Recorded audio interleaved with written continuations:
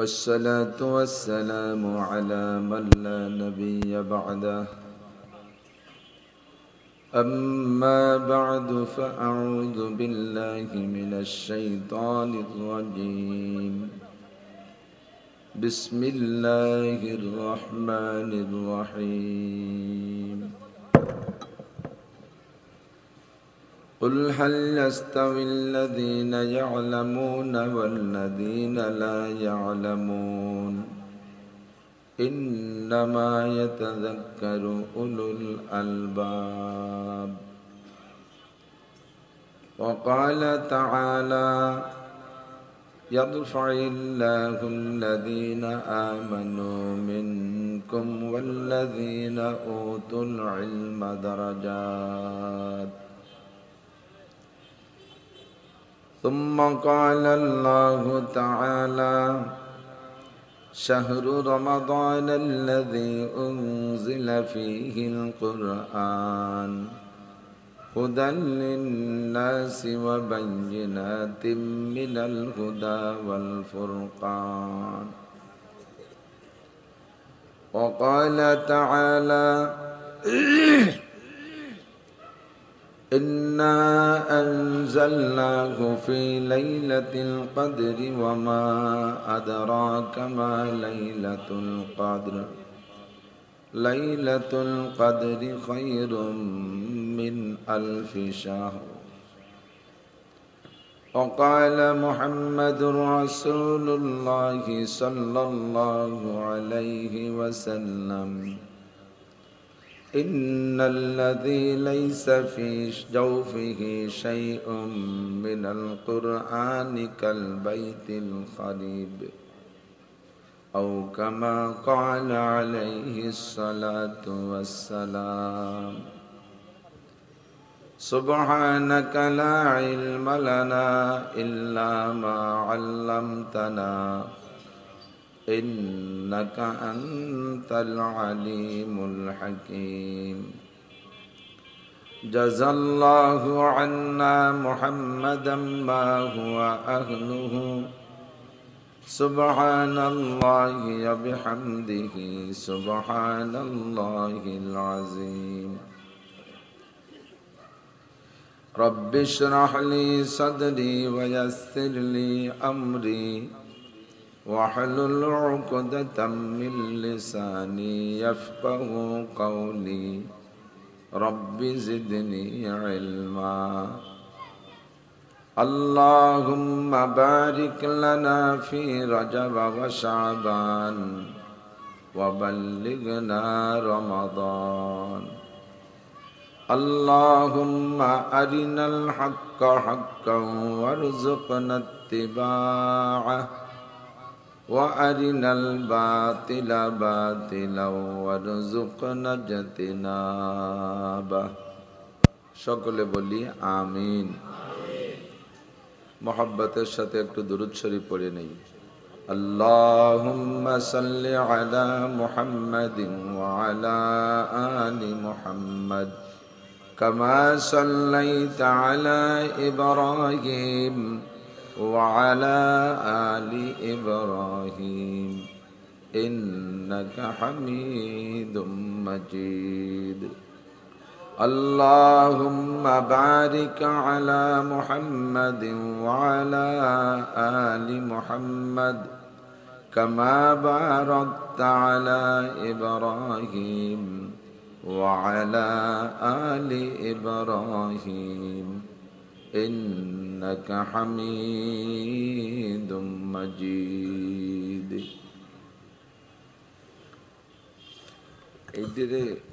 Operator এই দিক লাগাই যে হাতে নাড়াচাড়া লাগলে বেঁধে যায় খুলে এই দিক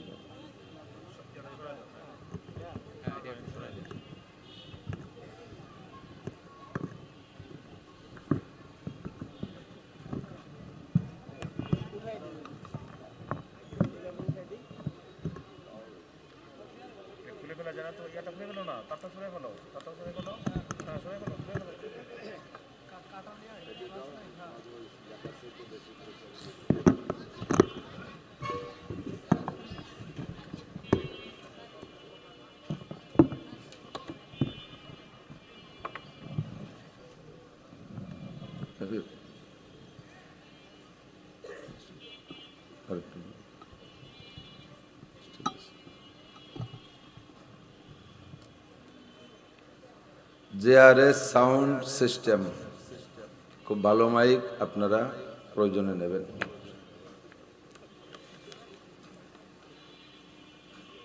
ঐতিহ্যবাহী আল মাদ্রাসাতু নুরুল কুরআন, দক্ষিণ বনশ্রী, খিলগাঁও, ঢাকা। মাদ্রাসা কর্তৃক আয়োজিত আজকের নুরানি কুরআনি মাহফিলের সম্মানিত সভাপতি, মাদ্রাসার সুযোগ্য সুদক্ষ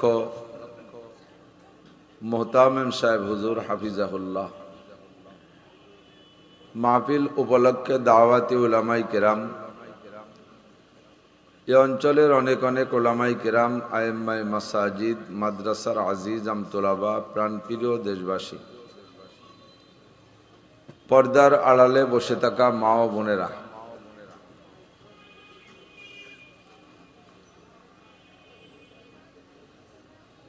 আল্লাহ তাবারাক ওয়া তাআলা শাহী দরবারে আমাদের পক্ষ থেকে পাঠাই অসংখ্য শুকর। আজকের এই সময়টা কয়েক দিক দিয়ে অত্যন্ত মুবারক সময়।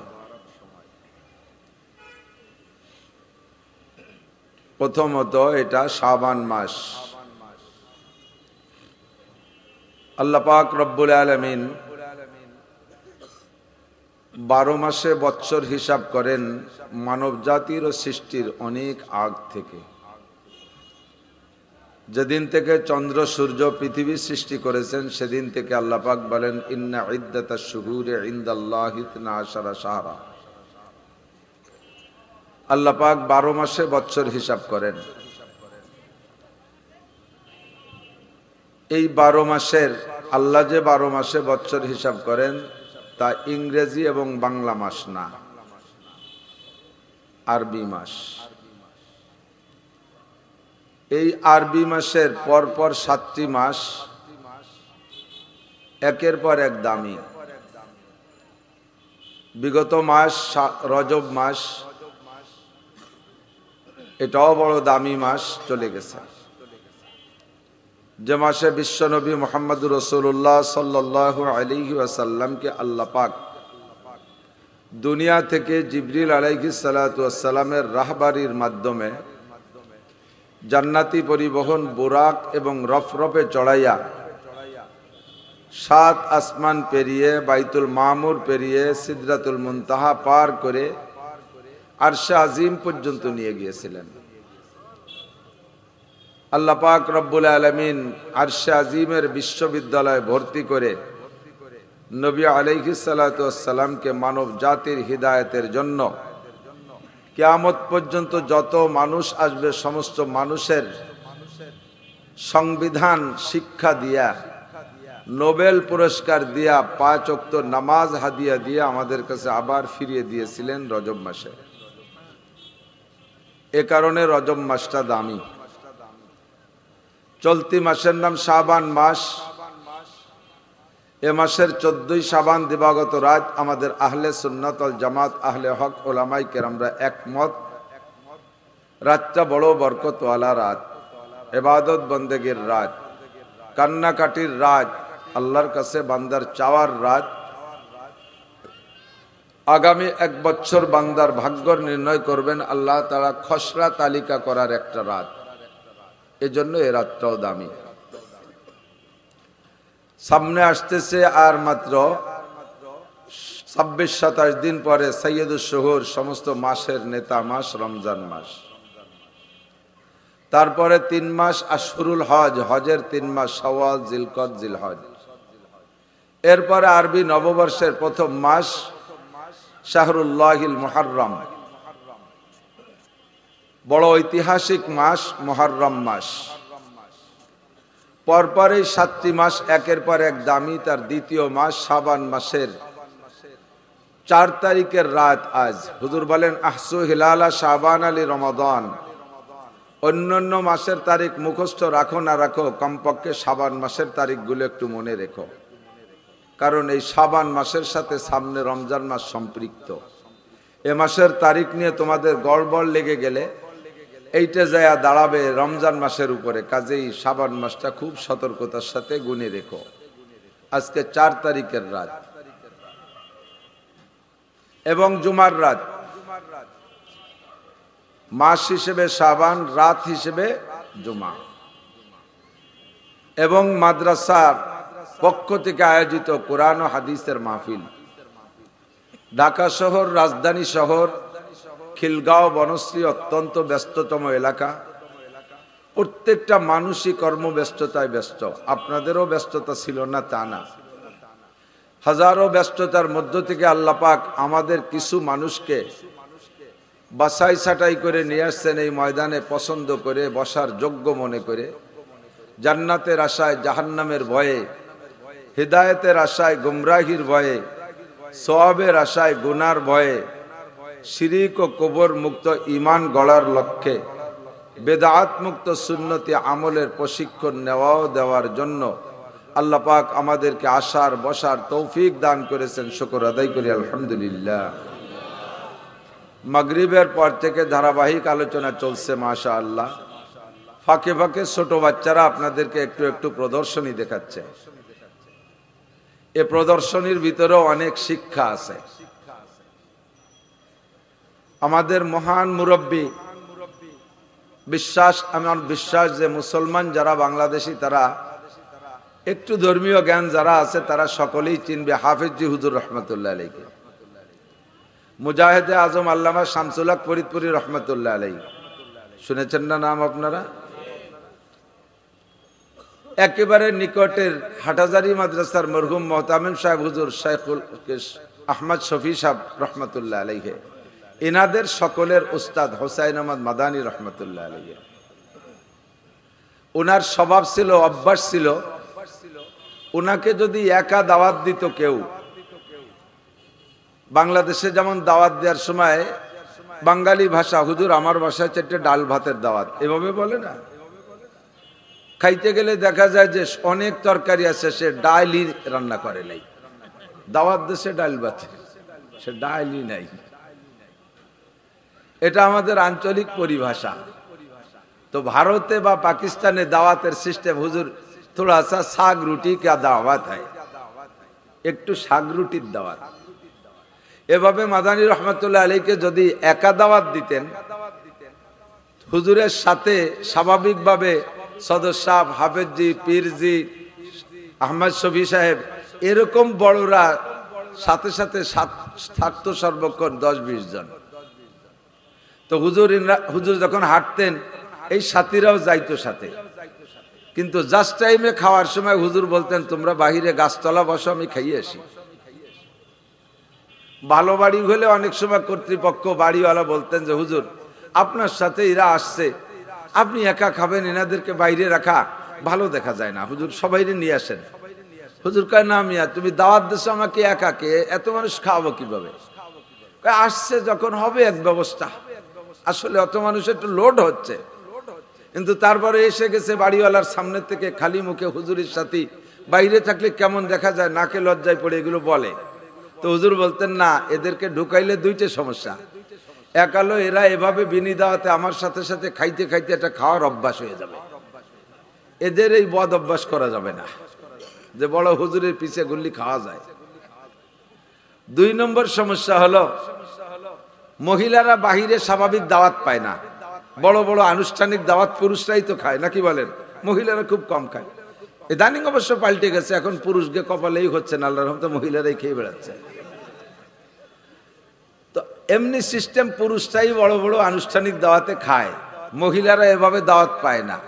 তো বাড়ি যেদিন কোনো উদ্দেশ্যে রান্না বান্না ভালো হয়, সেদিন মেহমানরা খাওয়ার পরে যেটুক থাকে ওইটুক মহিলারা খায়। আর আমি যাদেরকে নিয়ে আসছি তাগলা তাগলা জুয়ানোর, এক একজনের তো 3-4 জনের খাওয়া খাবে, পুরো ঘর সাফ। কাজেই এদেরকে ঢুকতে দেওয়া যাবে না। এভাবে হুজুর ঢুকতে দিতেন না। তো হুজুরের এই আমলটা পুরো ভারতের ভিতরে প্রসিদ্ধ ছিল। হযরত এক জায়গায় মাহফিলে গেছে, যাওয়ার পরে হুজুরের সাথে কয়েকজন গেছে। ওই মাহফিল এক জমিদারের মাহফিল। জমিদার সাহেব জানে যে হুজুরের এই স্বভাব, হুজুরের সাথে যারা আসছে তাদের সহ যদি দাওয়াত না দেয় তাহলে ওই কয়জনে ঢুকতে দেবে না। কারণ হুজুর ঢুকতে না দেওয়ার আরেকটা কারণ হলো হাদিস আসছে, মান দাখালা ক্বালা রাসূলুল্লাহ সাল্লাল্লাহু আলাইহি ওয়াসাল্লাম মান দাখালা আলা তুআবিন বিগাইরি দাওয়াতিন দাখালা সারিকান ওয়া খারাজা মুগীরা। যদি কেউ কোনো বাড়ি বিনা দাওয়াতে খাইতে গেল, কেউ যদি কোনো বাড়ি বিনা দাওয়াতে খাইতে যায়, দাওয়াতি লোকের সাথে বিনা দাওয়াতি কিছু ঢোকে, এই বিনা দাওয়াতি ঢোকনিওয়ালাদের সম্পর্কে নবী আলাইহিস সালাতু ওয়াস সালাম দুইটা সার্টিফিকেট দিয়েছেন। এক নম্বরে ঢোকার সময় ওরা চোর, আর খেয়ে দিয়ে বেরোনোর সময় ওরা ডাকাত। সুবহানাল্লাহ, তো বলেন, কিছু বলেন। ঢোকার সময় কোন ঢোকার সময় চোর কি কেউর বাড়ি চোর রেখে দাওয়াত দিয়ে ডাক আনে? চোর তো না বিনা দাওয়াতেই ঢোকে। এক বাড়ি চোর একটা ধরা পড়ছে গভীর রাতে, কায়দা মতো পিটাইছে, টিটাইয়া চোরে তওবা করাইছে। তুই তওবা কর, জীবনে কোনোদিন চুরি করবি নাকি? চুরি তো করবই না, করলেও আপনাদের বাড়ি আসবো না। মানুষে মানুষ এরকম মারে, চোরে ওকে হিদায়ত করতেছে। মানুষে মানুষ এরকম মারে, জীবনেও চুরি করবো না, আর করলেও আপনাদের বাড়ি আসবো না। তো মাইটার খাইয়ে তওবা তিল্লা করে চলে গেছে। এক সপ্তাহ পর ওই বাড়ি আবার চুরি করতে ঢুকছে, আবারও ধরা পড়ে গেছে। এবার মারবে ডবল মাইন না? আগের বার প্রথমবার কিছু স্যাক্রিফাইস, আর এবারও তওবা করার পর কেন চুরি করতে আসছে? আবার পিটেন শুরু করছে। তোর কি লজ্জা শরম কিছু আছে? তুই কয়দিন আগে এই বাড়িতে মাইর খেয়ে গেলি, আর যেভাবে তওবা করে গেলি, আর আজকে কি বলে এই বাড়ি আসলি? কয় যে যেভাবে মারছেন পাক্কা তওবা করছিলাম যে জীবনেও চুরি করব না, করলে আপনাদের বাড়ি করব না, কিন্তু যাওয়ার সময় দেখি আপনাদের গেটে লেখা আবার আসবেন। কোন কোন বাড়ি এরকম লেখা থাকে না, এই আবার আসবেন এর দাওয়াত কি চোর রে? আত্মীয় স্বজনকে আবার ওই পোলাপান গুলোকে একদিক করেন, ওদিকে ওগুলোর একদিক করেন। আল্লাহ তো চোর রে কেউ কোনোদিন দাওয়াত দিয়ে আনে না, আর ডাকাত তো ডাকাতি করেই যায়। দেখবেন যারা দাওয়াত পাইয়ে কোনো বাড়ি খাইতে গেছেন, তারা যে পরিমাণ খান, বেদাওয়াইতে কয়জন তার সাথে 2-3 গুণ বেশি খায়। ওরা ডাকাতি করে যায়। আল্লাহর নবী বলেন, মান দাখালা আলা তাআমিন বিগাইরি দাওয়াতিন দাখালা সারিকান ওয়া খারাজা মুগীরা। কখনো বিনা দাওয়াতে কের বাড়ি খাইতে যাবেন না। আনুষ্ঠানিক খানা হইলে যারা দাওয়াত পাইছে তারা যাবে, সাথে সাথে ও বাড়ি খানা খাইতে ঢুকবেন না, এটা নিষেধ। মাদানী রহমাতুল্লাহ আলাইহির এই আমলটা প্রসিদ্ধ হওয়ার কারণে জমিদার বাড়ির মাহফিল, হুজুরের সাথে 10-12 জন আলেম তালবি আলিম গিয়েছে। জমিদার সাহেব বুঝছেন হুজুরকে একাকে দাওয়াত দিয়েছি, যদি আগে বলা না থাকে আমার বাড়ির মাহফিলেও ওই কয়জন খানা খাইতে পারবে না, আমি লজ্জিত হব, জানতে মানুষে জানলে আমাকে লজ্জা দিবে। হুজুর যখন স্টেজে বয়ানের শেষ দিক, কানে কানে যায় জমিদার সাহেব হুজুরকে বলতেছে, হুজুর আপনার সাথে যারা আসছে ওকে তো আগে কর্তৃপক্ষ না বললে আপনি খাইতে দেন না, আমার পক্ষ থেকে দাওয়াত, আপনার সাথে যারা আসছে তাদেরকে আপনি বলে দেন ওরা যেন খেয়ে যায় আমার বাড়ি থেকে। দাওয়াত দিয়ে দিছে। হুজুর এই খবর পাইয়া পুরো মাঠে যত মানুষ সবাইরে দাওয়াত দিয়ে দিছে। মিয়ারা তোমাদের সবার জমিদার বাড়ির খানার দাওয়াত, ঠিক আছে তো, খানা খেয়ে যাবা তো? হুজুর যখন দাওয়াত দিছে, হুজুর বলেই যখন ফেলাইছেন ব্যবস্থা একটা হবে, তো একটু আর একটু লম্বা করে দেন, আমি একটা গরু মেরে দিই, আর একটু নতুন করে রান্না বান্না করি। হুজুর কহে না, আমি ওয়াজ লম্বা করতে পারি না, আমি তোমার ওই গরু পাহারা দিয়ে ওয়াজ আমি করতে পারি না। তুমি এক কথা কইয়া আবার সাথে সাথে হুজুর তো বলছেন। এখন জমিদার সাহেব থরথর করে কাঁপতেছে, ঘরে যাইয়া ডাউল একটু লম্বা করে ফেলাইছে, গরম পানি মেরে দিয়ে ডাউল লম্বা করছে, আর কিছু চাউল দিয়ে দিচ্ছে, রান্না হোক দেওয়া যায়, কমপক্ষে ভাত আর ডাউল দিয়ে নিও, শেষ করতে পারবো। আল্লাহ হুজুর টের পাইয়া হুজুর বলতেছেন মোনাজাতের আগে, এই মিয়ারা তোমরা সব জমিদার বাড়ির দাওয়াত পাইছো তো, খানা খেয়ে যাবা তো? জি হুজুর, যে খেয়ে যাবো। তা জমিদার বাড়ির খানা খাওয়ার জন্য শর্ত, এক একজন করে আমারে দোয়া কুনুত পড়ে শুনাইয়ে এই পাশে দাঁড়াও, যে কয়জন দোয়া কুনুত শুনতে পারবা ওই কয়জন খাবা। তো 15-20 জন দোয়া কুনুত পড়ে শুনাইছে, আর পুরো মাঠ উল্টো দিক হাইটিয়েছে। যাইস কে হুজুর দোয়া কুনুত পারি না। একে ঝাড়ায় পুরো মাঠ খালি, টেকছে 20 জন। জমিদার সব মুসকি মুসকি হাসতে হাসতে আসে, কয় হুজুর এ কি ঝাড়া দিলেন? কয় যে মিয়া ঝাড়া আর একটা আছে, সে ঝাড়া দিলে এই কয়টাও টেকবে না। কয় সেটা কি ঝাড়া? করে সেটা জানাজার দোয়ার ঝাড়া। শোক সংবাদ, শোক সংবাদ শুনে তো দলে দলে যান। জানাজার দোয়া জানেন কয়জনে? ভুতুড়িয়া জানাজা আসমানের দিকে এটাই। মাঝে মাঝে বড় বড় নেতাকে জানাজায় দেখি সামনের এক কাতারের অর্ধেক হিন্দু। দেখছেন না এরকম জানাজা? হিন্দু বড় বড় নেতারা সামনে জানাজার কাতারে দাঁড়ানো। মুসলমান জানাজা পড়ো, জানাজার দোয়া জানো না, নাবালেক পুলা জানাজার A to Z সুন্দর করে। একটু তারা আপনাদের মনোরঞ্জনের জন্য একটু আনুষ্ঠানিকতা করছে, একটু অভিনয় করছে, বাকি মূল জানাজা যেটুক তা তারা কি শুদ্ধ পড়ছে না অশুদ্ধ? হতেও পারে যে ওই ছেলের বাপও জানে না জানাজার ওই নিয়ম। এরকম বাপ আছে না, ভালো ভালো দিনদার আব্বা কিচ্ছু জানে না। এ প্রশিক্ষণ, এই কি বলে প্রদর্শনী, ঈদের নামাজের প্রদর্শনী, জুমার নামাজের প্রদর্শনী, বিয়ের খুতবার প্রদর্শনী, এই ছোট্ট ছোট্ট বাচ্চারা কত সুন্দর দেখাইলো। এই প্রদর্শনীগুলোরও দরকার আছে। আল্লাহ কবুল করুক, বলেন আমিন। মাদ্রাসার ভিতরে ঢুকে আমার মনটা একটু পরিবর্তন হয়ে গেছে। আসতে তো খুব কষ্ট হয়ে গেছে। ঘুরে ঘুরে চিনি না ঢাকা তো জীবনও মুখস্থ করা সম্ভব না আমার দ্বারা। আমি আল্লাহর কাছে কইছি, আল্লাহ যতদিন বাঁচায় রাখো ততদিন যেন আমার ঢাকা কোনো চাকরি বাকরি দিও না। এর চাইতে বড় বিপদের শহর পৃথিবীতে আছে কিনা আল্লাহ জানে। 200 মাইল চলে আইছি 1.5 ঘন্টায়, আর এই পোস্টগুলাতে এইটুক আসতে লাগছে 2.5 ঘন্টা। মানুষই আসে, জিন আর ফেরেশতা ছাড়া আসা সম্ভব না। আল্লাহ হেফাজত করুক। ভিতরে ঢুকে সাজগোজ পরিপাটি দেখে আমার দিলটা ঠান্ডা হয়ে গেছে। আমারও ছেলেবেলে ছোট থাকলে, কাছে থাকলে এখানে পড়তে দিতাম। একেবারে প্রত্যেকটা রুম রে বাসর ঘরের মতো সাজাইছে, এত সুন্দর করে। আসলে যদি পরিবেশ ভালো হয়, ভালো ভালো মানুষের ছেলেবেলেও দিয়ে তৃপ্তি পায়। বাসায় যেমন ভালো জায়গা থাকে, এখানে ওরকম ভালো জায়গা থাকে। বাসায় এসি আছে, এখানে এসি আছে, বাসায় সব কিছু আছে, এখানেও আছে, তাহলে কাজে এখানে থাকুক, ভালো হবে। এজন্য সুন্দর একটা পরিবেশ। আমি জীবনে একবারই আসছি, ভবিষ্যতে নাও আসতে পারি, তবে ভালো পরিবেশের প্রশংসা করা। মাল্লাম ইয়াশকুরিন্নাস লাম ইয়াশকুরিল্লাহ। নবী পাক বলেন যে মানুষের শুকর আদায় করতে না পারে, সে আল্লাহ পাকেরও শুকর আদায় করতে পারে না। কতক্ষণ ঠিক না? মানুষের শুকর মানে মানুষের কিছু ভালো কাজ দেখলে তা কিছু আলোচনা করা, এটাই শুকর। দিন শিখানোর জন্য ইন্নাল্লাহ জামিল ইউহিব্বুল জামাল। আল্লাহ সুন্দর, সৌন্দর্যকে পছন্দ করে। এ ভাই, আল্লাহ সুন্দর না অসুন্দর? আল্লাহ সুন্দর না অসুন্দর? এজন্য আল্লাহ সৌন্দর্যকে পছন্দ করেন। শরীয়তের গণ্ডির মধ্যে থেকে যত সৌন্দর্য আছে সব আপনি আমলে নিয়ে আসবেন। সমস্ত সৌন্দর্য দিয়ে আপনি সাজবেন, কোনো দোষ নেই। শরীয়তের গণ্ডির বাহিরে যাইয়া কোটি টাকা দিয়ে সাজলিও তার 5 পয়সারও দাম নাই। আপনি 3 কোটি টাকা দিয়ে প্যান্ট একটা কিনছেন, তার 5-7 দিক দিয়ে 1 বিঘে খুলে তাই। 2 লাখ টাকা দিয়ে গেঞ্জি একটা কিনছেন, তাতে বগল বেরোয় থাকে। 1 লক্ষ টাকা দিয়ে ক্যাপ একটা কিনছেন, তার সামনে বারান্দা সিজদা দেওয়া যায় না। সব মিলে পোশাক কত দামি হয়ে গেল, অথচ তার একটার মধ্যেও কোনো নেকি নাই। আছে কথা বলেন, আছে? শরীয়তের গণ্ডির বাইরে থেকে যত দামি পোশাক আপনি পরেন তাতে কোনো নেকি নাই। আর শরীয়তের গণ্ডির মধ্যে এসে আপনি যত সুন্দর পারেন সাজেন, দোষ নাই। আপনি দামি পোশাক পরেন।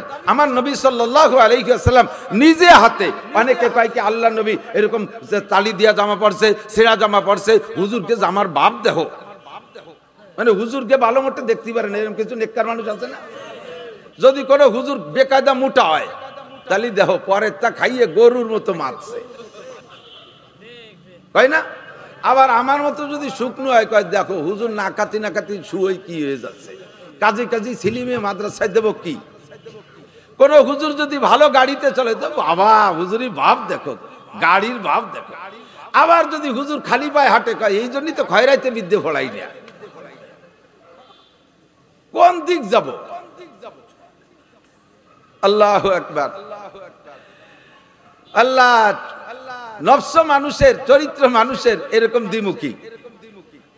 কি বলতে চাইছি? আল্লাহ নবী তালিওয়ালা জামা পরতেন। আরে তালি হযরত ওমর রাদিয়াল্লাহু আনহু পছন্দ করতেন। আল্লাহ নবী যে পোশাক পরতেন, মুহাদ্দিসিন উলামায়ে কেরাম সাক্ষী, মিথ্যে কথা কই ঢাকাতে শরীজার কায়দা নেই। আমি গ্রামে মৌলবী, আমার ভাষাও গ্রামে ভাষা। এত বড় বড় হুজুরকে মধ্যে মিথ্যে কথা কয়ে সেরে যেতে পারবো না। আল্লাহর নবী নিজে 18টা উট বিক্রি করে একটা শেরওয়ানি সেট বানাইছেন। 18টা উটির দাম এখনো যা তখনও তা, উটির দাম বাড়ে কমে নাই। 18টা উটের দাম এখনো যা তখনও তা। একটু হিসাব মিলাই দেই, একটু সমীকরণ করে নেন। আজ থেকে 20 বছর আগে এক ভরি স্বর্ণের দাম ছিল 5000 টাকা। বিক্রি করলে বড় একটা গরু পাওয়া যেত, 5000 টাকায় একটা গরু পাওয়া যেত। এখন এক ভরি স্বর্ণের দাম 1,05,000 টাকা, বিক্রি করলে সেই সাইজের একটা গরুই পাওয়া যায়। দাম বাড়ে কমে নাই, সব জায়গা মতো আছে। এখন একটা উটের দাম 5 লাখ, তাহলে 5-18 কত? 90। 5-18 90 লক্ষ টাকা দিয়ে আমার নবী শেরওয়ানি বানাইছেন যায়্যাকাতুল কুম্মাইন। এবং আতাটা টাইট ছিল, ওযু বানানোর সময় আতা গুছানো যেত না, পুরো শেরওয়ানি খুলে হুজুর ওযু বানাইতেন। নবী আলাইহিস সালাতু ওয়াসসালাম মাথায় তেল ব্যবহার করতেন। তেল এত বেশি ব্যবহার করতেন যে একখান পাগড়ি বাঁধলে ভিজে যেত, উপরে আরেকখান পাগড়ি বাঁধতেন, উপরে আরেকখান পাগড়ি বাঁধতেন, তাও উপরের পাগড়িটা ভিজে যেত। অভাব যখন ছিল তখন অভাবের মধ্যে কাটাইছে। খয়বারের যুদ্ধের পর যখন সচ্ছলতা আসছে তখন নবী পাক সাল্লাল্লাহু আলাইহি ওয়াসাল্লাম জাগতিক উপকরণ ব্যবহার করতে কৃপণতা করেন নাই। হুজুর যখন 18টা উট বিক্রি কইরা, হুজুর 18টা উট বিক্রি করে শেরওয়ানি বানাইছে, এই খবর যখন পাইছে নাজ্জাশী কয় তাহলে তো নবী দামি কাপড় পরেন। উনি 30টা উট বিক্রি করে টাকা দিয়ে একটা শেরওয়ানি সেট বানায় পাঠাইছে হুজুরের জন্য। 30টা উট 5-30-150 কোটি টাকা দাম। বর্তমানে বাংলাদেশে 1.5 কোটি টাকার কি কাপড় আছে আমি জানি, আমার জানা নাই। কাজী সিরা ভর্তি হবে, ফুটো ভর্তি হবে, এটা আমার নবীর স্বভাব না। ভালো পোশাক পরবেন, সুন্নাত। হযরত উসমান রাদিয়াল্লাহু তাআলা খানা খাইতে বসতেন 20 প্রকারের তরকারি নিয়ে, 20 প্রকারের অত্যাধুনিক তরকারি। সাহাবা একজন জিজ্ঞেস করছে, খলিফাতুল মুসলিমিন আবু বকর কম খাইছে, ওমর কম খাইছে, আপনি এত খান কে? তো উনি বলেন যে বেটা, দুনিয়ায় যত মানুষের জন্য, যত মখলুকের জন্য যত খাদ্য বরাদ্দ হয়, খাদ্য আসে আসমান থেকে। জোরে বলেন কোথা থেকে? আল্লাহ কোরআনে কারীমের মধ্যে বলেন ওয়াফিস সামাই রিজকুকুম ওয়া মা তুআদুন। আসমান থেকে তোমাদের জন্য রুজি যায়, এই রুজিটা বরাদ্দ হয় বরের উদ্দেশ্যে। এদিক আপনারা বিয়েতে যান না? বিয়েতে বরযাত্রী বলে তো, বিয়ের সাথে যারা যায় তাকে কি কয়? আরে বর তো যায় বউ আনতি, সাথীরা যায় কীর্তি, এর নির্ভেজাল খাতি যায়। তাই তুমি যত লজ্জা শরমের কথা কও না কেন, এই জায়গায় লজ্জা শরম করার কায়দা নেই, মুখ মুছার উপায় নেই। সাথীরা যায় খাইতে, তো বর ছাড়া যদি খালি যাত্রী যায় ওকে খাতি দেবে? আমাদের ওই জায়গার এক বিয়েতে যাত্রীরা সবাই রেডি হয়েছে 400-500, বর কাশি, ওই যে ধান কাটা কাশি না, কাশি নিয়ে মাঠের দিক যাচ্ছে। বিয়ের সময় তোর হলো বিয়েতে, তুই কোন দিক হলো যাত্রী, আর মুসলমানরা হলো বর। মুসলমানরা হলো বর, ইহুদিরা খায়, নাসারারা খায়, খ্রিস্টানরা খায়, কাফেরে খায়, হিন্দুরা খায়, বুদ্ধরা খায়, বাঘে খায়, সিংহ খায়, হরিণী খায়, গরুতে খায়, শুয়োরে খায়, কুত্তায় খায়, যত প্রাণী মানুষ আর অমানুষ আছে যত মখলুকে খায়, সমস্ত মখলুকের খাদ্যের ওসিলা বর হলো মুসলমান। আমরা মুসলমান, আমরা বর, আমাদের ওসিলায় রান্না হয়, আমাদের ওসিলায় আসমান থেকে রুজি আসে, আর আমরা না খেয়ে থাকবো, আর ওই যাত্রীরা জনমের মতো খাবে, এইটা হতে পারে না। আমি পরাণ ভরে খাবো, খেয়ে দে থাকলে তারা খাবে, না খায় না খাবে। হযরত উসমান কয় আমি কেন কম খাবো, আমি পেট ভরে খাইয়ে থাকলে ওরা খাবে, না খালি না খাবে। এই জন্য আমি 20 প্রকার 30 প্রকারের খাই। হারগুলেরা রঙ বুয়ে দেগারাজ, প্রত্যেক ফুলের রং ও গিরান আলাদা। হযরত উসমান পোশাক পরতেন দামি পোশাক, আরে এই দুনিয়ার সব দামি পোশাক বরাদ্দ হইছে আমার জন্য, আমি কেন পরবো না? আমি সিরা কাপড় পরে থাকবো, আর আমার নামে বরাদ্দকৃত পোশাক আবু জাহেল, আবু লাহাব, উতবা, সাইবা, ওয়ালিদ ইবনে মুগিরা, দুনিয়ার কাফেররা আমার নামের বরাদ্দের পোশাক পরবে, আর আমি সিরা পোশাক পরবো, এটা হইতে পারে না। এটা ওনার যুক্তিসঙ্গত না? কথা বলেন, কথা বলেন, যুক্তিসঙ্গত কি না? অবশ্যই যুক্তিসঙ্গত। নবীও দামি পোশাক পরেছেন। হযরত আলী রাদিয়াল্লাহু তাআলা যখন খলিফাতুল মুসলিমিন, উনি একবার ইরাকে গেছে। ইরাক তখন একটা প্রদেশ, এই প্রাদেশিক গভর্নরের খবর দিয়ে খলিফাতুল মুসলিমিন হযরত আলীর রাষ্ট্রের আয়তন কত, হযরত ওমর থেকে রাষ্ট্রের আয়তন বাড়ছে সবচেয়ে বেশি, হযরত ওমর উসমানের সময় সবচেয়ে বেশি। 2,40,00,000 বর্গ মাইল হযরত ওমরের রাষ্ট্রের আয়তন ছিল। কোন সুবহানাল্লাহ। কতটুক প্রায় বাংলাদেশের সমান হবে না? বাংলাদেশের অর্ধেক, পৃথিবীর অর্ধেক। এরকম বাংলাদেশ কয়টা লাগে অত বড় দেশের মানুষের পায়খানা বানতি? এত বড় দেশের খলিফা হযরত ওমর, ওনার এক শান, হযরত উসমানের আর এক শান, হযরত আলীর আর এক শান, আবু বকরের আর এক শান। প্রত্যেকের শানেরই প্রশংসা আছে, কতক্ষণ ঠিক না? আল্লাহু আকবার। হযরত আলী যখন প্রেসিডেন্ট প্রাদেশিক গভর্নরের খবর দিয়ে ইরাকে গেছে, তো ইরাকের গভর্নর খলিফাতুল মুসলিমিন যখন আসতেছে সে তো সেভাবেই রেডি হয়েছে, প্রস্তুতি নিয়েছে। পরিদর্শনের পরে অফিস আদালত দেখার পরে দুপুরে খানা খাবে, তো খানার আগে বারবার জিজ্ঞেস করছে খলিফাতুল মুসলিমিন, মা তাস্তাহি, আপনার কি মনে চাই, কি খাবেন বলেন। ইরাক অনেক আগের থেকে খুব আদর্শ দেশ, আদর্শ সামাজিক দেশ ইরাক, অনেক আগের থেকে। সে জায়গার সভ্যতা সবচাইতে আগে শুরু হয়েছে, মানুষের খানা দানা সবকিছু অত্যাধুনিক। তো বলছে যে এখানে তো সবকিছুই ভালো পাওয়া যায়, আপনি কি চয়েস করেন? উনি বললেন যে আমি খানা তোমার এখান থেকে তৈরি করা লাগবে না, আমি খানা সাথেই নিয়ে আসছি, বরঞ্চ তুমি আমার সাথে খাবা। তো গভর্নর খানা রেডি করেন নাই। দুপুরে যখন খানা খাওয়ার সময় হয়েছে, তখন উনি তো গভর্নর মনে মনে ভাবছে যে আজকে প্রেসিডেন্টের সাথে খাবো, আরো নিয়ে আসছে মদিনার থেকে, কত প্রকার যেন কি হবে আল্লাহই জানে। খাস রুমের ভিতরে খাইতে যখন ঢুকছে, তখন খলিফাতুল মুসলিমিন ওমর আলী বলতেছেন, আমার খাদেম আছে সাথে একজন। হযরত আলীর খাদেম কয়জন? একজন, অনলি একজন। সামনে 10 গাড়ি, পিছনে 10 গাড়ি, মাঝখানে কালা কালা 3 গাড়ি, আবার সাইরেন বাজানো 2 গাড়ি, এরকম না কিন্তু, একেবারে ফর্দে ওয়াহিদ, একা। আর সাথে একজন খাদেম নেছে যে রাস্তাঘাটে যদি মরিয়ে যাই তাহলে বাড়ি খবর পাঠাতে তো একটা লোক লাগবে, এই জন্যই একজন সাথে রাখছে। সফর সঙ্গী একজন সাথে রাখা সুন্নাত। হযরত মুসা আলাইহিস সালামের সাথে খিজির আলাইহিস সালাম, নবী আলাইহিস সালাম মদিনায় তায়েফে গেছেন তখন সাদ ইবনে আবি ওয়াক্কাস, নবী আলাইহিস সালাম মক্কা থেকে মদিনায় গেছে তখন আবু বকর রাদিয়াল্লাহু তাআলা আনহু, এরকম করে একজন সাথে রাখা সুন্নাত। তো হযরত আলী একজন নিয়ে গেছে, খাদেমরে বলছে যাও যে রুম আমাদের জন্য বরাদ্দ করছে ওই রুমের ভিতরে যে দস্তরখান রেডি করো, খানা দানা রেডি করো। তো ওখানে যাইয়া খাদেম খানা রেডি করছে, তাই 3টে প্লেট নেছে, 3টে প্লেটের ভিতরে পানি দিয়ে, আধা প্লেট পরিমাণ পানি দিয়ে ব্যাগের থেকে 3 দুগুনি 6 খান শুকনো রুটি ওর মধ্যে ভিজাইছে, আর 4-4টে করে নরম খেজুর ওই পানির মধ্যে ভিজাইছে, যাতে খেজুর গুলাইয়া পানিটা মিঠে মিঠে হয় আর চাইতে রুটি খাইতে পারে। আল্লাহ, এই 3 প্লেটে ভিজানোর পরে হযরত আলী রাদিয়াল্লাহু আনহু গভর্নরে নিয়ে ভিতরে ঢুকছে, চলো যাই খানা খেয়ে আসি। যাইয়ে দেখে খানার ওই অবস্থা। গভর্নর ভয়তে স্টক করার কায়দা, ও কপাল, প্রেসিডেন্ট আইছে, খলিফাতুল মুসলিমিন আইছে, আমার এলাকায় আসছে, আর তাই সে কি খাবার, আল্লাহ, এ যদি দেশের মানুষে দেখে তাহলে আমার এই ভিটে মেরি ফেলা দিবে। ভয়তে উনি ছরছর করে কাঁপতেছে, লজ্জাতে বলতেছে, খলিফাতুল মুসলিমিন আমাকে এমন একটা লজ্জা দেবেন আমি ভাবতেই পারি নাই, আপনি বললে আমি একটু অ্যারেঞ্জ করতাম, একটু জোগাড় গোছাল করতাম। হযরত আলী রাদিয়াল্লাহু তাআলা বলছেন, তুমি তো মাত্র প্রাদেশিক গভর্নর, আর আমি এত বড় দেশের প্রেসিডেন্ট। তুমি প্রাদেশিক গভর্নর হইয়া 50 আইটেম যদি তৈরি করতে পারো, আমি প্রেসিডেন্ট হয়ে কি সাথে আমি 100 আইটেম নিয়ে আসতে পারি না? তা আনেন নাই কেন? আমি তো মনে হচ্ছে আপনার সাথে আজকে মদিনার দামি কেনা খাবো। কয় যে, আরে গভর্নর, আমার এই যে রুটি, এটা তোমার রাস্তায় ইরাকের কোন দোকানের রুটি না, এটা ইরানের কোন রুটি না, এটা কাতার কুয়েতের কোন রুটি না, এটা মদিনার আটার রুটি।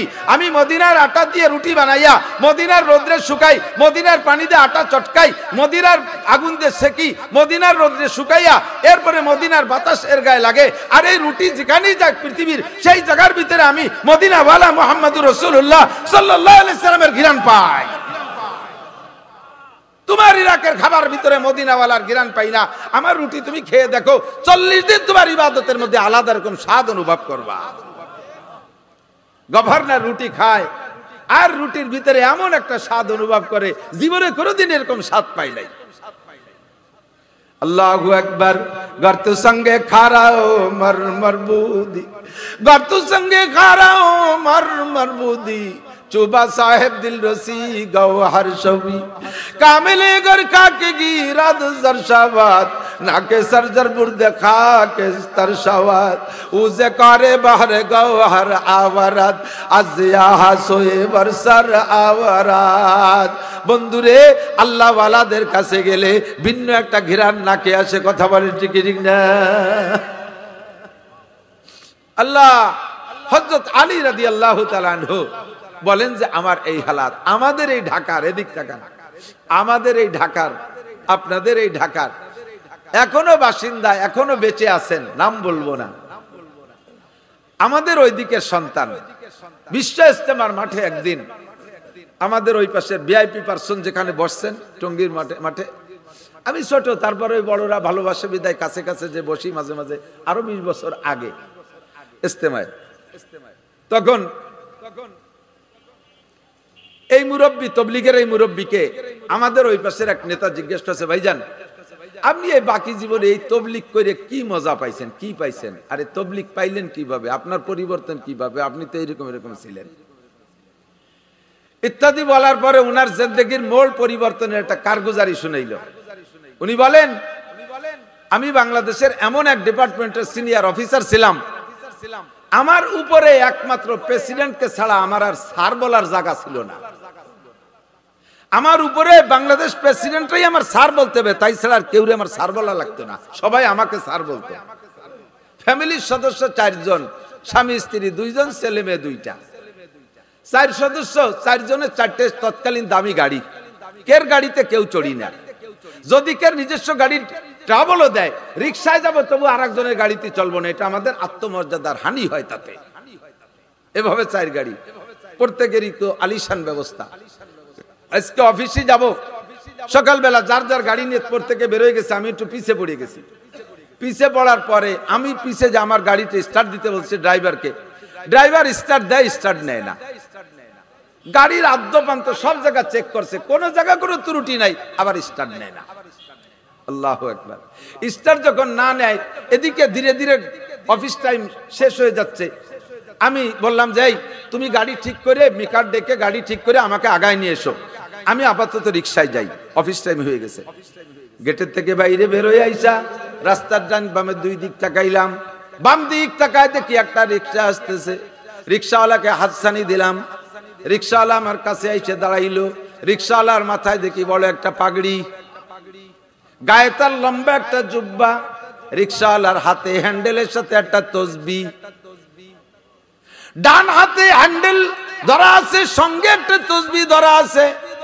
আমি বললাম বাবা আমাকে আমার অফিসে নিয়ে যাইতে পারো কয় জি স্যার ওঠেন আমি বললাম কয় টাকা চাও কয় স্যার যা দেন উঠে বসলাম এবার রওনা দিল রিকশা নিয়ে প্রত্যেকটা কদম মারে আমি 2 দিক লক্ষ্য করি প্যাডেলের দিক লক্ষ্য করি আর হাতের দিক লক্ষ্য করি প্রত্যেক একটা প্যাডেলের পরে একটা করে তাসবিহ দানা ছাড়ে লা ইলাহা ইল্লাল্লাহ লা ইলাহা ইল্লাল্লাহ লা ইলাহা ইল্লাল্লাহ লা ইলাহা ইল্লাল্লাহ মুহাম্মাদুর রাসূলুল্লাহ জিকিরে জিকিরে প্যাডেল মারে আল্লাহু আকবার আমি তারে রাস্তায় ডিস্টার্ব করলাম না আমি অবলোকন নজরে তাকিয়ে থাকলাম এমন রিকশাওয়ালা তো জগতে দেখি নাই ঢাকার শহরে তো কতদিন পর্যন্ত রিকশাওয়ালারে দেখি এরকম তো দেখি নাই যাইতে যাইতে অফিসের সামনে গেলাম নেমে আমার স্বাভাবিকভাবে যদি আগেও কোনো দিন রিকশায় চড়ছি তখন রিকশাওয়ালাদেরকে বড় লোকরা টাকা দেওয়ার সময় রিকশাওয়ালাদের মুখের দিক তাকায় না আর একদিক ফিরে বাম হাত দিয়ে টাকা দিয়ে হেঁটে যায় কারণ রিকশাওয়ালার দিক তাকাইলে ওটা প্রেস্টিজ ডাউন হয় আর একদিক তাকাইয়া বাম হাত দিয়ে টাকা দিয়ে হেঁটে যায় আমি এমন বহুবার করেছি কিন্তু আজকে ছেলেটার চালচলন দেখা আমার ওর দিক তাকাইয়া টাকা দিতে শখ হইল চেহারার দিকে তাকায় দেখি চেহারার থেকে যেন আলাদা রকম নূর আসতেছে সীমাহুম ফি উজুহিহিম মিন আসারিস সুজুদ নামাজি মানুষ যদি কালো হয় তবুও তার চেহারার মধ্যে নূর আছে কথা ঠিক না বেনামাজি যদি উজ্জ্বল ফর্সা হয় তবুও তার চেহারার ভিতরে একটা হিংস্রতা ভাব আছে একটা কুফরির ছায়া মেঘাচ্ছন্নতা ভেসে ওঠে ঠিক না ওর চেহারার ভিতরে একটা নূর দেখতেছিলাম আমি নিজেই তখন নিজে নিজে অনুভব করতেছিলাম এ কেমন মানুষ চেহারার দিকে তাকায় বললাম, বাবা কত দেবো? কয় স্যার যা দেন। আনুমানিক 5 টাকার ভাড়া আমার মন থেকেই তারে 20 টাকা দিলাম।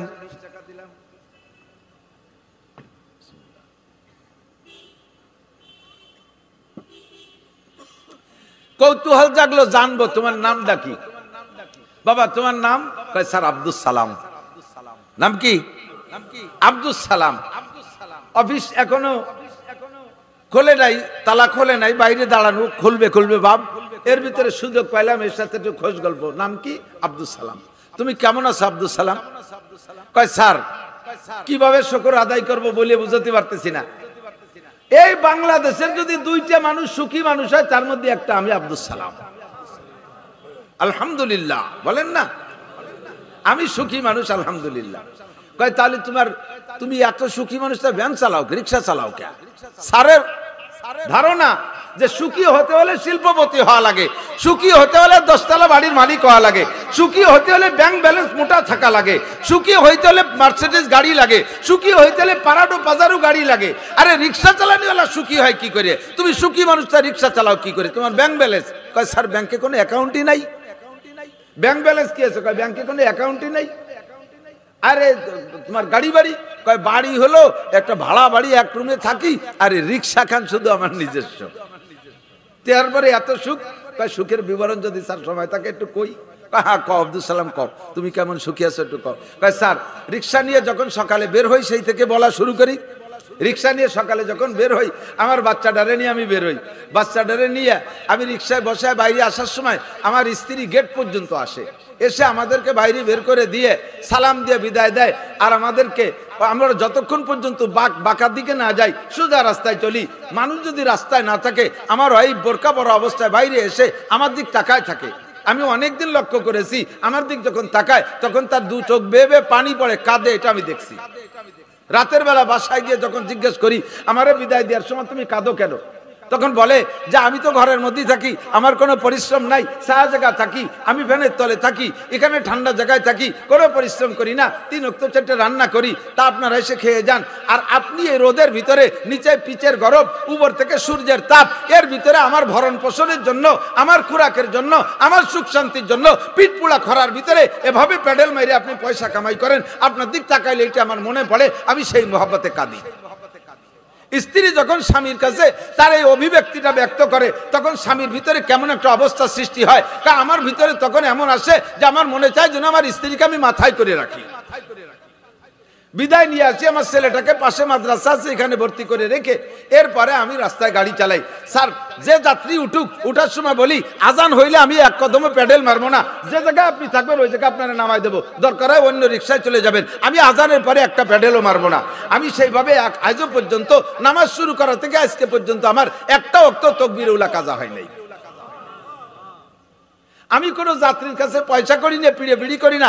আজকেও যেমন আপনার কাছে বলছি যা দেবেন, সব যাত্রীকে বলি যা দেবেন, তাতে কমও দেয় কেউ, আবার অনেক সময় বেশিও দেয়। আলহামদুলিল্লাহ আমার সাথীরা যারা ফাঁকি দিয়ে একটু দুকাবাজি করিয়া টাকা নেয়, এই বিল্ডিং এর ওই পাশে যাবে, শহর বইরে ঘুরে টুরিয়ে এনে সেই জায়গা নামে কয় 150 টাকা। এরকম কিছু আল্লাহ আল্লাহ রিক্সাওয়ালা আছে না? ও টাকা রাখতে পারবি না, আসলে যাবে ডাক্তারের পেটে, লাস্টে আমও যাবে, সালাও যাবে, তোর রিক্সাও চড়ে নিয়ে যাবে। এই 2 নম্বরই আমি কোনোদিন করি না। 3 নম্বর স্যার, সারাদিন রিক্সা চালায় যখন যাই, প্রত্যেক দিন আমি ইশার আগে বাসায় যাই, রাতের বেলা আমি রিক্সা চালাই না। মাগরিবের নামাজ রাস্তায় পড়ি কোনো মসজিদে, মাগরিবের পরে ইশার আগ পর্যন্ত আমি রিক্সা চালাই। ইশার আগে বাসায় ঢুকি, বাইরে থাকতে আমি গেটের বাইরে থাকতে বেল দেই। আমার বেলের শব্দ শুনে আমার ছেলেটা টের পায়, আমার স্ত্রীও টের পায়, আইসা গেটটা খুলে দেয় দুইজনেই। ছেলেটা যখন ছোট ছিল তখন পারতো না, এখন সে আমার রিক্সাটা হাতের থেকে নিতে পারে। আমার বাচ্চাটা আমার রিক্সাটা নিয়ে গ্যারেজে ঢুকায় নেয়, স্ত্রী আমাকে হাত ধরে নিয়ে গোসলখানার ভিতরে নিয়ে যায়। গরমকাল হইলে ঠান্ডা পানি, শীতকাল হইলে গরম পানি রেডি রাখে। নিজে হাতে আমাকে ধোয়াই মুছাই সাবান দিয়ে পরিষ্কার করাইয়া, আমাকে নিজে হাতে কাপড় পরাইয়া এরপরে ঘরের ভিতরে নিয়ে যায়। শীতকালে ঘরে গেলে আমার গায়ে কম্বলটা লাগাইয়া দেয়, গরমকালে গেলে আমার গায়ে, ঘরে যদি ফ্যান না থাকে তাহলে তাল পাখা দিয়ে বাতাস দেয়। আগের থেকে রান্না বান্না কমপ্লিট, ইতিমধ্যে ইশার আজান হয়ে যায়, দুই বাপ বেটা মসজিদে চলে যাই, স্ত্রী আমার ঘরের ভিতরে নামাজ পড়ে, মসজিদে ইশার নামাজের পরে তালিম হয়, তালিম শেষ করে বাসায় চলে আসি, আসার পরে দেখি দস্তারখান, এক দস্তারখানে তিনজনে খানা খাই, স্ত্রীকে নিয়ে বাচ্চাটাকে নিয়ে এক দস্তারখানে এক প্লেটে তিনজনে খানা খাই। আমার রাতের বেলা আমাদের খানা বড় ধরনের কোনো মাছ শাক কিনতে পারি না, বড় কিছু কিনতে পারি না, ছোট ছোট মাছ আর শাক পাতা যাই কিনি, প্রত্যেক রাতের খানা আমার কাছে রমজান মাসের ইফতারির মতো মজা লাগে। সারাদিন পরিশ্রম করি, দুনিয়ায় যত খানা খাইছেন স্বীকার করবেন, যারা বিশ্বাস সত্য কথা বলবেন, দুনিয়ায় যত খানা খাইছেন ইফতারির চাইতে মজাদার খানা আছে নাকি? কথা বলেন। আছে আছে। ইফতারিতে যা খান, ডাউল চাউল খিচুড়ি মেচুড়ি যা খান, একেবারে প্রত্যেকটা লুকমাই মজা লাগে।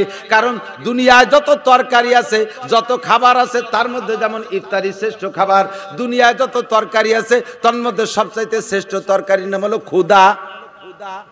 ক্ষুধা যদি কায়দা মতো লাগে, ভাত খাতি তরকারি লাগে না, লবণ দিয়ে 3 প্লেট মেজি দেওয়া যায়। রমজান মাসের ক্ষুধা তো আর আমাপা ক্ষুধা, রাত 3টে থেকে নিয়ে সন্ধ্যা 7টা 16 ঘন্টার ক্ষুধা। এ জায়গার কেউ রে ক্ষুধার ওষুধ খাইয়া ক্ষুধা লাগানো লাগে না, সবকিছুতে মজা লাগে। ইফতারি যেমন মজা লাগে, রাতের খানা ওইরকম মজা লাগে। তিনজনে একসাথে বসে খাই, খানা দানা খাইয়া 40 কদম হাঁটা সুন্নাত, বাচ্চাটারে নিয়ে হাঁটি, এরপরে যাইয়া রাতের বেলা সূরা ওয়াকিয়া পড়ি, সূরা মুলুক পড়ি, বাচ্চাটারে পাশে রাইখা আমরা তিনজন এক কাটেই ঘুমাই। রাতের বেলা কোনোদিন শেষ রাতে আমি আগে উঠি, কোনোদিন আমার স্ত্রী আগে ওঠে। স্বামী স্ত্রী দুইজনের আনন্দ বলতে গেলে স্যার একটু লজ্জার গুলেও না বলে পারছি না। উনি যেভাবে আমাকে উনি বলছেন আমি হুবহু সেইভাবে নকল করছি। উনি বলেন স্যার রাতের বেলা স্বামী স্ত্রী সম্পর্ক, প্রত্যেকটা রাত আমার কাছে আমার স্ত্রীকে নিয়ে আনন্দ যেন বাসর রাত্রের মতো অনুভব করি। পরিশ্রমী মানুষের শারীরিক অবস্থা ভালো থাকে, আভ্যন্তরীণ স্পৃহা ভালো থাকে, স্বামী স্ত্রীর সম্পর্কটা তাদের ভালো থাকে। যারা শারীরিক পরিশ্রম করে না তাদের আভ্যন্তরীণ দুর্বলতা, ডায়াবেটিস ইত্যাদি মিলাইয়া মোটামুটি ভালোই দুর্বল হয়ে পড়ে, কাজেই তারা মজা কম পায়। এই জন্য কয় স্যার দিন ভরে পরিশ্রম করি, স্ত্রী নিয়ে আমাকে প্রত্যেক রাত বাসর রাত্রের মতো স্বাদ অনুভব করি। উনি এক একটা করে কয়, আর স্যার লম্বা একটা শ্বাস ছাড়ে।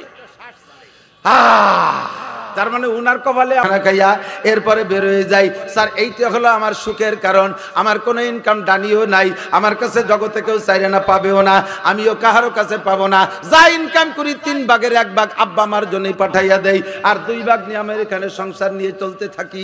কাজেই আমার চাইতে সুখী মানুষ আছে বলে আমার মনে হয় না। লম্বা একটা নিঃশ্বাস ছাড়িয়ে স্যার কয়,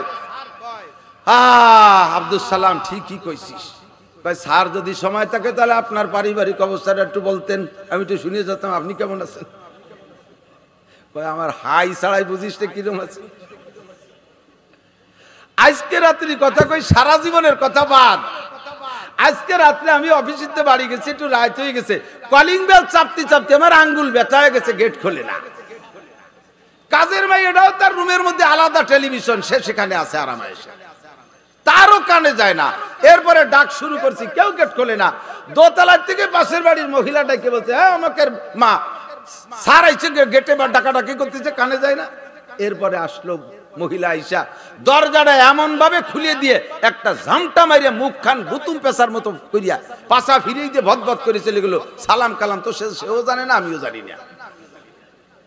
যাইয়ে তার রুমে যে দরজা আটকায় দিছে, আমি যাই ফ্রেশ সালাম নিজে নিজেই ফ্রেশ হইয়া এরপরে ডাইনিং রুমে গিয়ে দেখি খাবার দাবার বিলাইতি খাওয়ার মতো, কোনোটা আছে কোনোটা নাই, বাংটা বুংটো, মাছ শাক তো আর কম কিনি না, পয়সার তো অভাব নাই, এসব কিনি অনেক সুন্দর, কিন্তু সেভাবে আমি এক রাত্রেরও খানা পাই না। খানা খাইতে বসছি, তরি তরকারি যা পাইছি না পাইছি, লবণের বাটিটা খুঁজে পাচ্ছি না।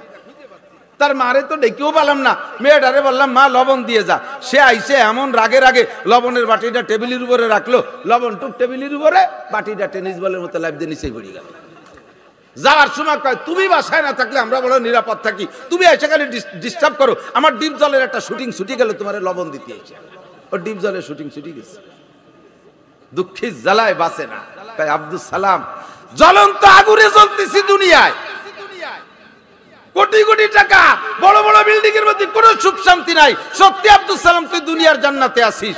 ও আব্দুল সালাম, মাসে 30 রাতের ভিতরে বহু রাত্রে স্ত্রীর পাশে, স্ত্রীকে পাশে পাইতে ইচ্ছা হয়, তাও পাই না সব রাত্রে। আজকেও মনে চাইছিল স্ত্রী যদি কাছে আসতো, কোনো মতো তার দরজা খুলাতে পারলাম না। সুবহানাল্লাহ, একটু কর না আরো জোরে। আর যদি দেশে ট্রান্সজেন্ডার বাস্তবায়ন হয় তালি আর কিছু পাবা না, আল্লাহ বাঁচালি, ঠিক না? আল্লাহ হেফাজত করুক না, আমিন। কয় আব্দুল সালাম তুমি এই সুখের সন্ধান পাইলে কোথায়? কয় স্যার সময় আছে, যদি তাই তালি কয়ে যাই। তো বলা শুরু করলো, স্যার আমি ছিলাম এমন গাঁজাখোর, এমন উড়োটে ভাদামিয়া, আমি একদিন রিক্সা চালাইয়া 3 দিন চালাইতাম না, ওই যে তাস খেলতাম। টাকায় কম পড়ে গেলে বউরে পিটাই বলতাম তোর বাপের বাড়িতে টাকা এনে দে। এই মারামারি দাঙ্গা হাঙ্গামার মধ্যে সংসার চলতো। এই মায়ের খাইতে খাইতে বউটার পিঠ লাল হয়ে গেছে। তাকে আল্লাহ তাআলা কি বুঝতেছে জানি না, একদিন রাত্রে আমার পা জড়ায় ধরে বলতেছে, তুমি আমার স্বামী, আমি তোমার স্ত্রী, তোমার পায়ে ধরে বলি তুমি আল্লাহর রাস্তায় একটা চিল্লে দিয়ে আসো। লাথি দিয়ে ফেলাই দিছি, টাকা নাই পয়সা নেই, বাংলা যা কর দরকার কইছে, চিল্লে ফাটাতে যায় আমারে। আবার ধরছি পা, আবার লাথি, আবার ধরছে পা, 3 লাথির পর হয়েছে পা ধরছে। তখন আমার মনটা নরম হইলো, আরে আমি চিল্লে গেলি তো ওর কষ্ট হবে, ও আমার সাথে সাথে চিল্লে পাঠাই কে? নিশ্চয় এর ভিতরে কোনো উদ্দেশ্য আছে। তো বললাম যে চিল্লে যাব, টাকা কই? আমার আব্বার কাছ থেকে এনে দিচ্ছি, আমার আব্বার কাছ থেকে টাকা এনে দিচ্ছি। সকালবেলা যাইয়া ওই মহিলা বাপের বাড়ি থেকে টাকা আইনা, বাপু ঢাকায় থাকে, সেও রিক্সা চালানো গরিব মানুষ, তার কাছ থেকে 1 চিল্লার টাকা আইনা আমারে দিয়ে নিজে হাতে একটা রিক্সায় করে কাকরাইল পৌঁছাই দিয়েছে। হযরত মাওলানা আব্দুল আজিজ সাহেব রহমাতুল্লাহ আলাইহি তখন বড় হুজুর, হযরতের কাছে আমার কাছে দিয়ে চলে আসছে মহিলা। আমি 1 চিল্লায় চলে গেছি, 1 চিল্লায় যাইয়া 3 চিল্লা দিয়ে আসছি। চিল্লার পরের থেকে আমার জিন্দেগির মোড় এভাবে ফিরে গেছে। কন্যা সুবহানাল্লাহ, আল্লাহু আকবার। এবার স্যার কয় আব্দুল সালাম সত্যি যদি তাই হয় তাহলে আমাকে একটু, সত্যি যদি তাই হয় তাহলে আজকে সকালে গাড়িতে উঠি নাই, দিনের মধ্যেও গাড়িতে উঠবো না। আজ বৃহস্পতিবার আব্দুল সালাম, আজকে সকালেও তোর গাড়িতে, বিকেলেও তোর গাড়িতে উঠবো। অফিস ছুটি হয় এই টাইমে, তুই একটু রিক্সায় করে আমারে কাকরাইল নিয়ে যাবি। আমি একটু কাকরাইল যাই, দেখি শান্তির সন্ধান পাই কিনা। এবার জাস্ট টাইমে আব্দুল সালাম চলে আসছে গাড়িতে করে নিয়ে। আব্দুল সালাম আমাকে কাকরাইল নিয়ে যখন গিয়েছে, উনি বড় অফিসার, কাকরাইল তো অনেক অফিসারদেরও অবস্থান আছে, বিভিন্ন অফিসিয়ালরা যায় সেখানে। বৃহস্পতিবারে দিবাগত রাত্রে আমারে দেইকা সব অফিসারের চোখ ছানা বড়া হয়ে গেছে। আল্লাহু আকবার। ইনি আসছেন কোন জায়গা থেকে, কি পথ বলি আসছে নাকি কাকরাইল এলাকায় কোনো বিপদে ফেলানোর জন্য আসছে?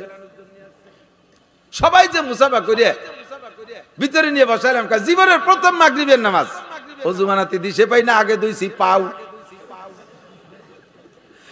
আর দেখা দেখে যে যা করে তাই করি, সব জায়গায় এলোমেলো হয়ে গেল।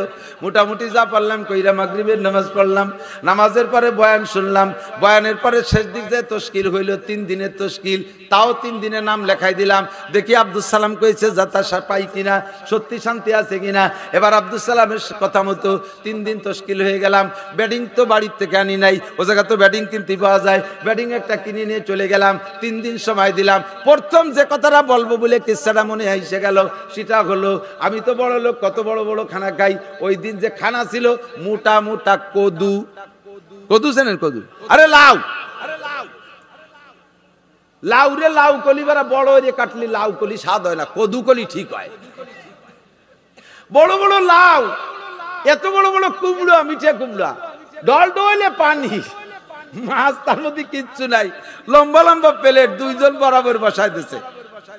আমারে নিয়ে বসছেন বড় হুজুর রহমাতুল্লাহ আলাইহি, হুজুর ওই পাশে, আমি এই পাশে। এই দেখি আমার প্রথম ধাক্কায় ভিতরের থেকে উল্টে চলে আসছে, জানলা কি করি খাবো। কিন্তু মজার বিষয়, এই লাল মিষ্টি কুমড়া যখন কামড় দিছি, আমি দুনিয়ায় কার কাছে ব্যক্ত করতে পারবো না। আল্লাহ পাকের কথা সেদিন আমার মনে পড়ছে, ওয়ালা খাতারা আলা কলবি বাশার, আমি মানুষের জন্য এমন কিছু তৈরি করে রেখেছি মুমিনের জন্য যা তুমি কল্পনা করতে পারবে না।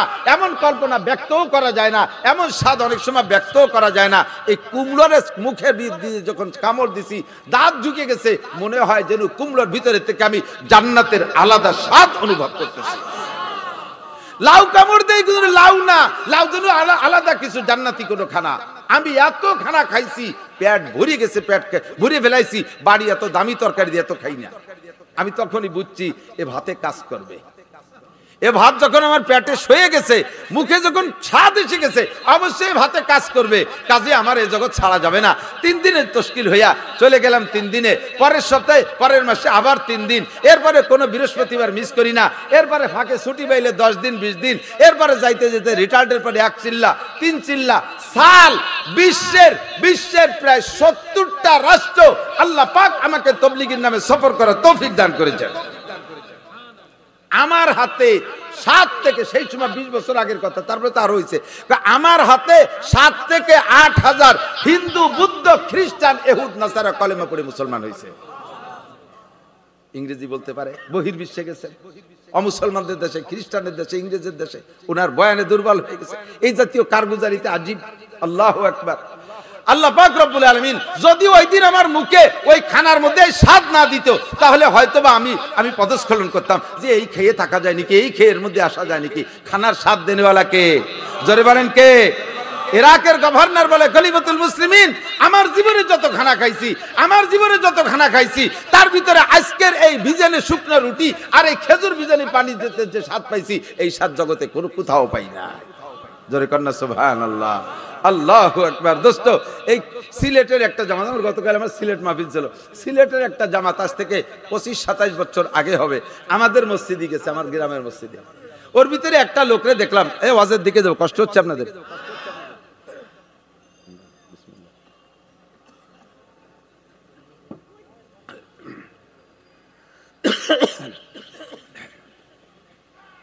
কালো একটা লোক, মোটাও সেরকম, বাইরের থেকে সব দেখা যায়। তো দিনের বেলা যখন তালিম করতেছি, তালিমওয়ালাদের হালাত খেয়াল করছে কিনা আমি জানি না, যখন তালিমে বসে একজন পড়ে, বাকি কজন শোনে, সব কজন আবার শোনে না, মাঝে মাঝে 2-1 ঘুমোয়, ফাঁকে ফাঁকে ঘুমোয় না, জিমে, এ দেশেও জিমে, ও দেশেও জিমে, কারণ জিম তো এক দেশের জন্য না, সারা দেশের জন্য, সব জায়গায় জিম ভাগ হয়ে গেছে। তো আমাদের এই মজলিসে আমরা একজন পড়তেছে ইংরেজিতে, ওই দেশের মানুষও বসছে, ইংরেজিতে পড়তেছে ফাজাইলে আমাল তাবলীগের হিসাবগুলো।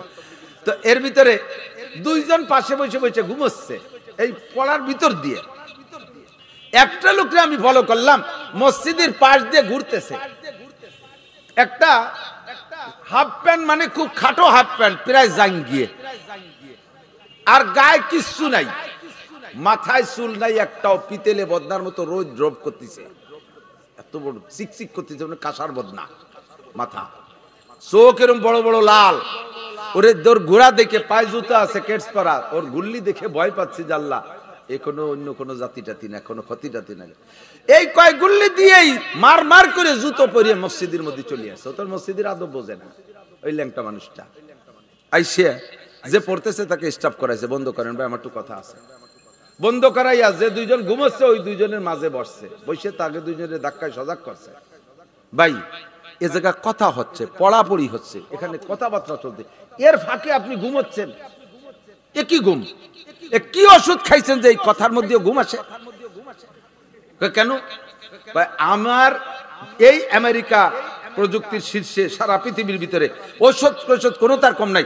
আমার এই আমেরিকার সব ঔষধ খাওয়া হয়ে গেছে, 19 বছর আমার চোখে একটা জিমও আসে না, এক পলক ঘুম আসে না। না ঘুমাতে মাথার চুল পড়ে গেছে, লক্ষ লক্ষ কোটি কোটি টাকা কোন জায়গা আছে তার কোনো খবর নেই, পোশাক আশাকের কোনো খবর নেই, নির্জনে শুইয়ে দামি ওষুধ ইনজেকশন নীতি, এই দেখেন 2টা ডানা জাজরা হয়ে গেছে, এখন ইনজেকশনে মানে বেহুশও করতে পারে না। তো এই জায়গা কথা হয়, আবার ঘুমোচ্ছেন, নিশ্চয়ই আপনার বাড়ি কোন জায়গা, কোন জানতেছেন? আমরা বাংলাদেশে। হ্যাঁ, বাংলাদেশ হতে পারে। আপনারা কি ওষুধ খাইছেন যেরকম কথার মধ্যে ঘুমাস? আমার ওষুধটা একটু নাম কর, আমি যত টাকা খরচ হোক আমেরিকার বাংলাদেশে যাইয়া ওষুধ নিয়ে আসবো।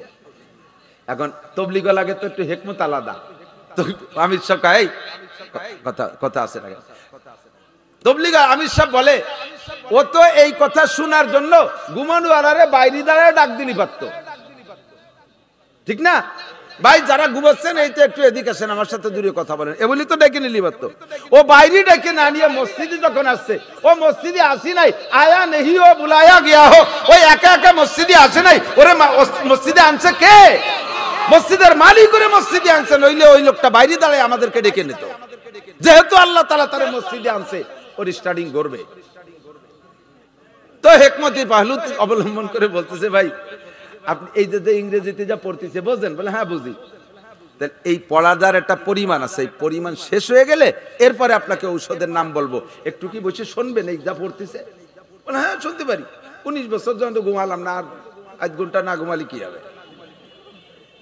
তা বলতেছে যে হ্যাঁ বুঝি। তখন পড়তেছে হিকায়াতে সাহাবা হযরত ওমর রাদিয়াল্লাহু তাআলা আনহুর এই খেজুর বাগানের ঘুমানোর কিস্সা। अल्लाह कामिले गर खाके गिरद जरशवाद ना के सर जर बुर्द खाके स्तर शवाद ताजा का घी दास्तन गर दाग है सिनारा गाहे गाहे बाज खानी किस्साए पारिनरा बुजुर्गानी दिनेर किस्सा आलोचनार ভিতরেও আল্লাহর রহমত নাজিল হয়। কথা বলেন ঠিক ঠিক না? ওই গোমে খেজুর বাগানের গোমের কিস্সা পড়তেছে, ইংরেজিতে হয়ে পড়তেছে, আর উনিও বুঝতেছে। শুনতে শুনতে শুনতে শুনতে এই কিস্সার শেষে যাওয়ার আগেই উনার জিম এসে গেছে, ঘুম এসে গেছে। কন্যা আল্লাহু আকবার। এরকম জাকি একটা দিয়ে ঘুম এসে গেছে চোখে। 19 বছর পর আজ চোখে ঘুম আসছে।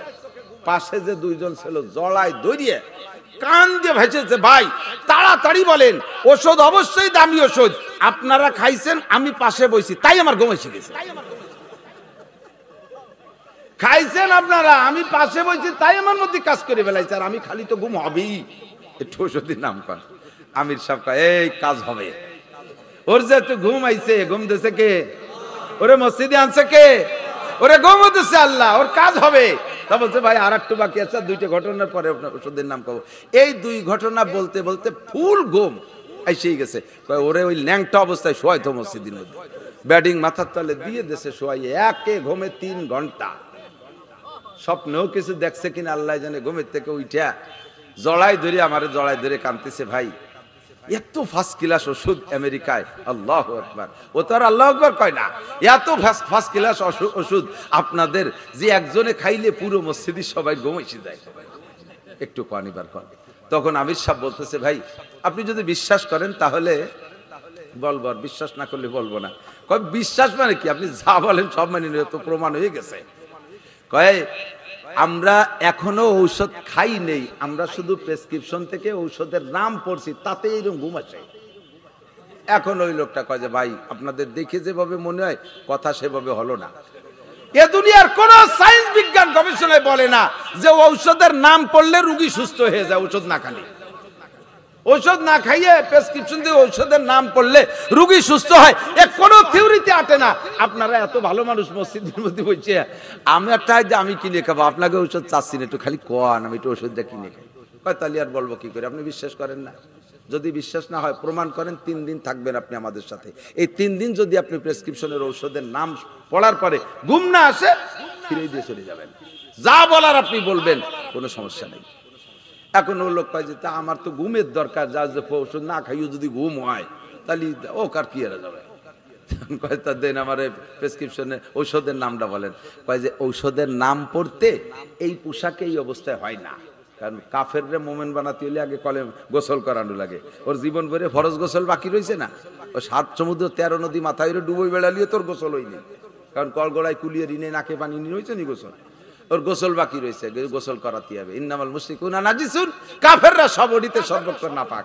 তখন গোসল করাইতে কয় গোসল করতে হবে। হ্যাঁ গোসল কয়বার লাগবে? কোরআন দিয়ে আমার ঘুমের দরকার। ওরা যা কইতেছে সব মেনে নেছে। গোসল করাইছি সুন্দর করে। বললাম যে এই পোশাকে এই প্রেসক্রিপশনের নাম পড়া যায় না। কি পোশাক?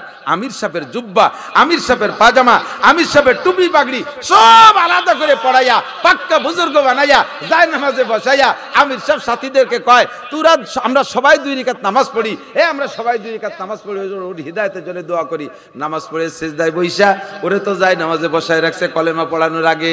সিজদায় বসে আমির সাহেব বলে, পাসরুজুয়ে কলবি কারে তুরা কলবে হা কলিব তুফাইলে মুস্তাফা।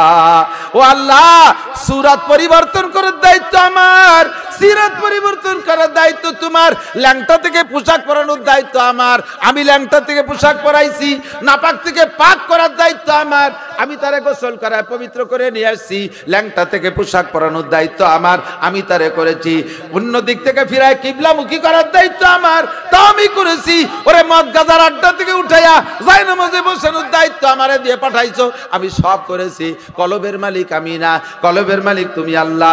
আল্লাহুম্মা কাল্লিব কলবাহু, আল্লাহ তুমি তার দিলকে পাল্টাইয়া দাও। নাই জায়নামাজে বইসা সবাই দোয়া করে মুনাজাত করে আইসো, লোকটারে পড়াই দিয়েছে তরজমা বুঝাইয়া, বলো লা ইলাহা ইল্লাল্লাহ মুহাম্মাদুর রাসূলুল্লাহ। এই হলো আমাদের ঘুমের ঔষধ। ও লোকরে বুঝায় পড়াই দিছে, ওতে এখনো ভালো করে বুঝে নাই, কিন্তু পড়াইছে আর পড়ছে ঘুমের লোভে, হিদায়াতের লোভে না, জান্নাতের লোভে না, ও ঘুমের লোভে পড়ছে। আল্লাহ পাক তার দ্বারা কাজ নেবে বিদায় তার ভিতরে ক্রিয়া করে ফেলাইছে। এরপরে যখনই তালিমে বসে, যখনই বয়ান শুরু হয়, তখনই ওই লোকের ঘুম আসে।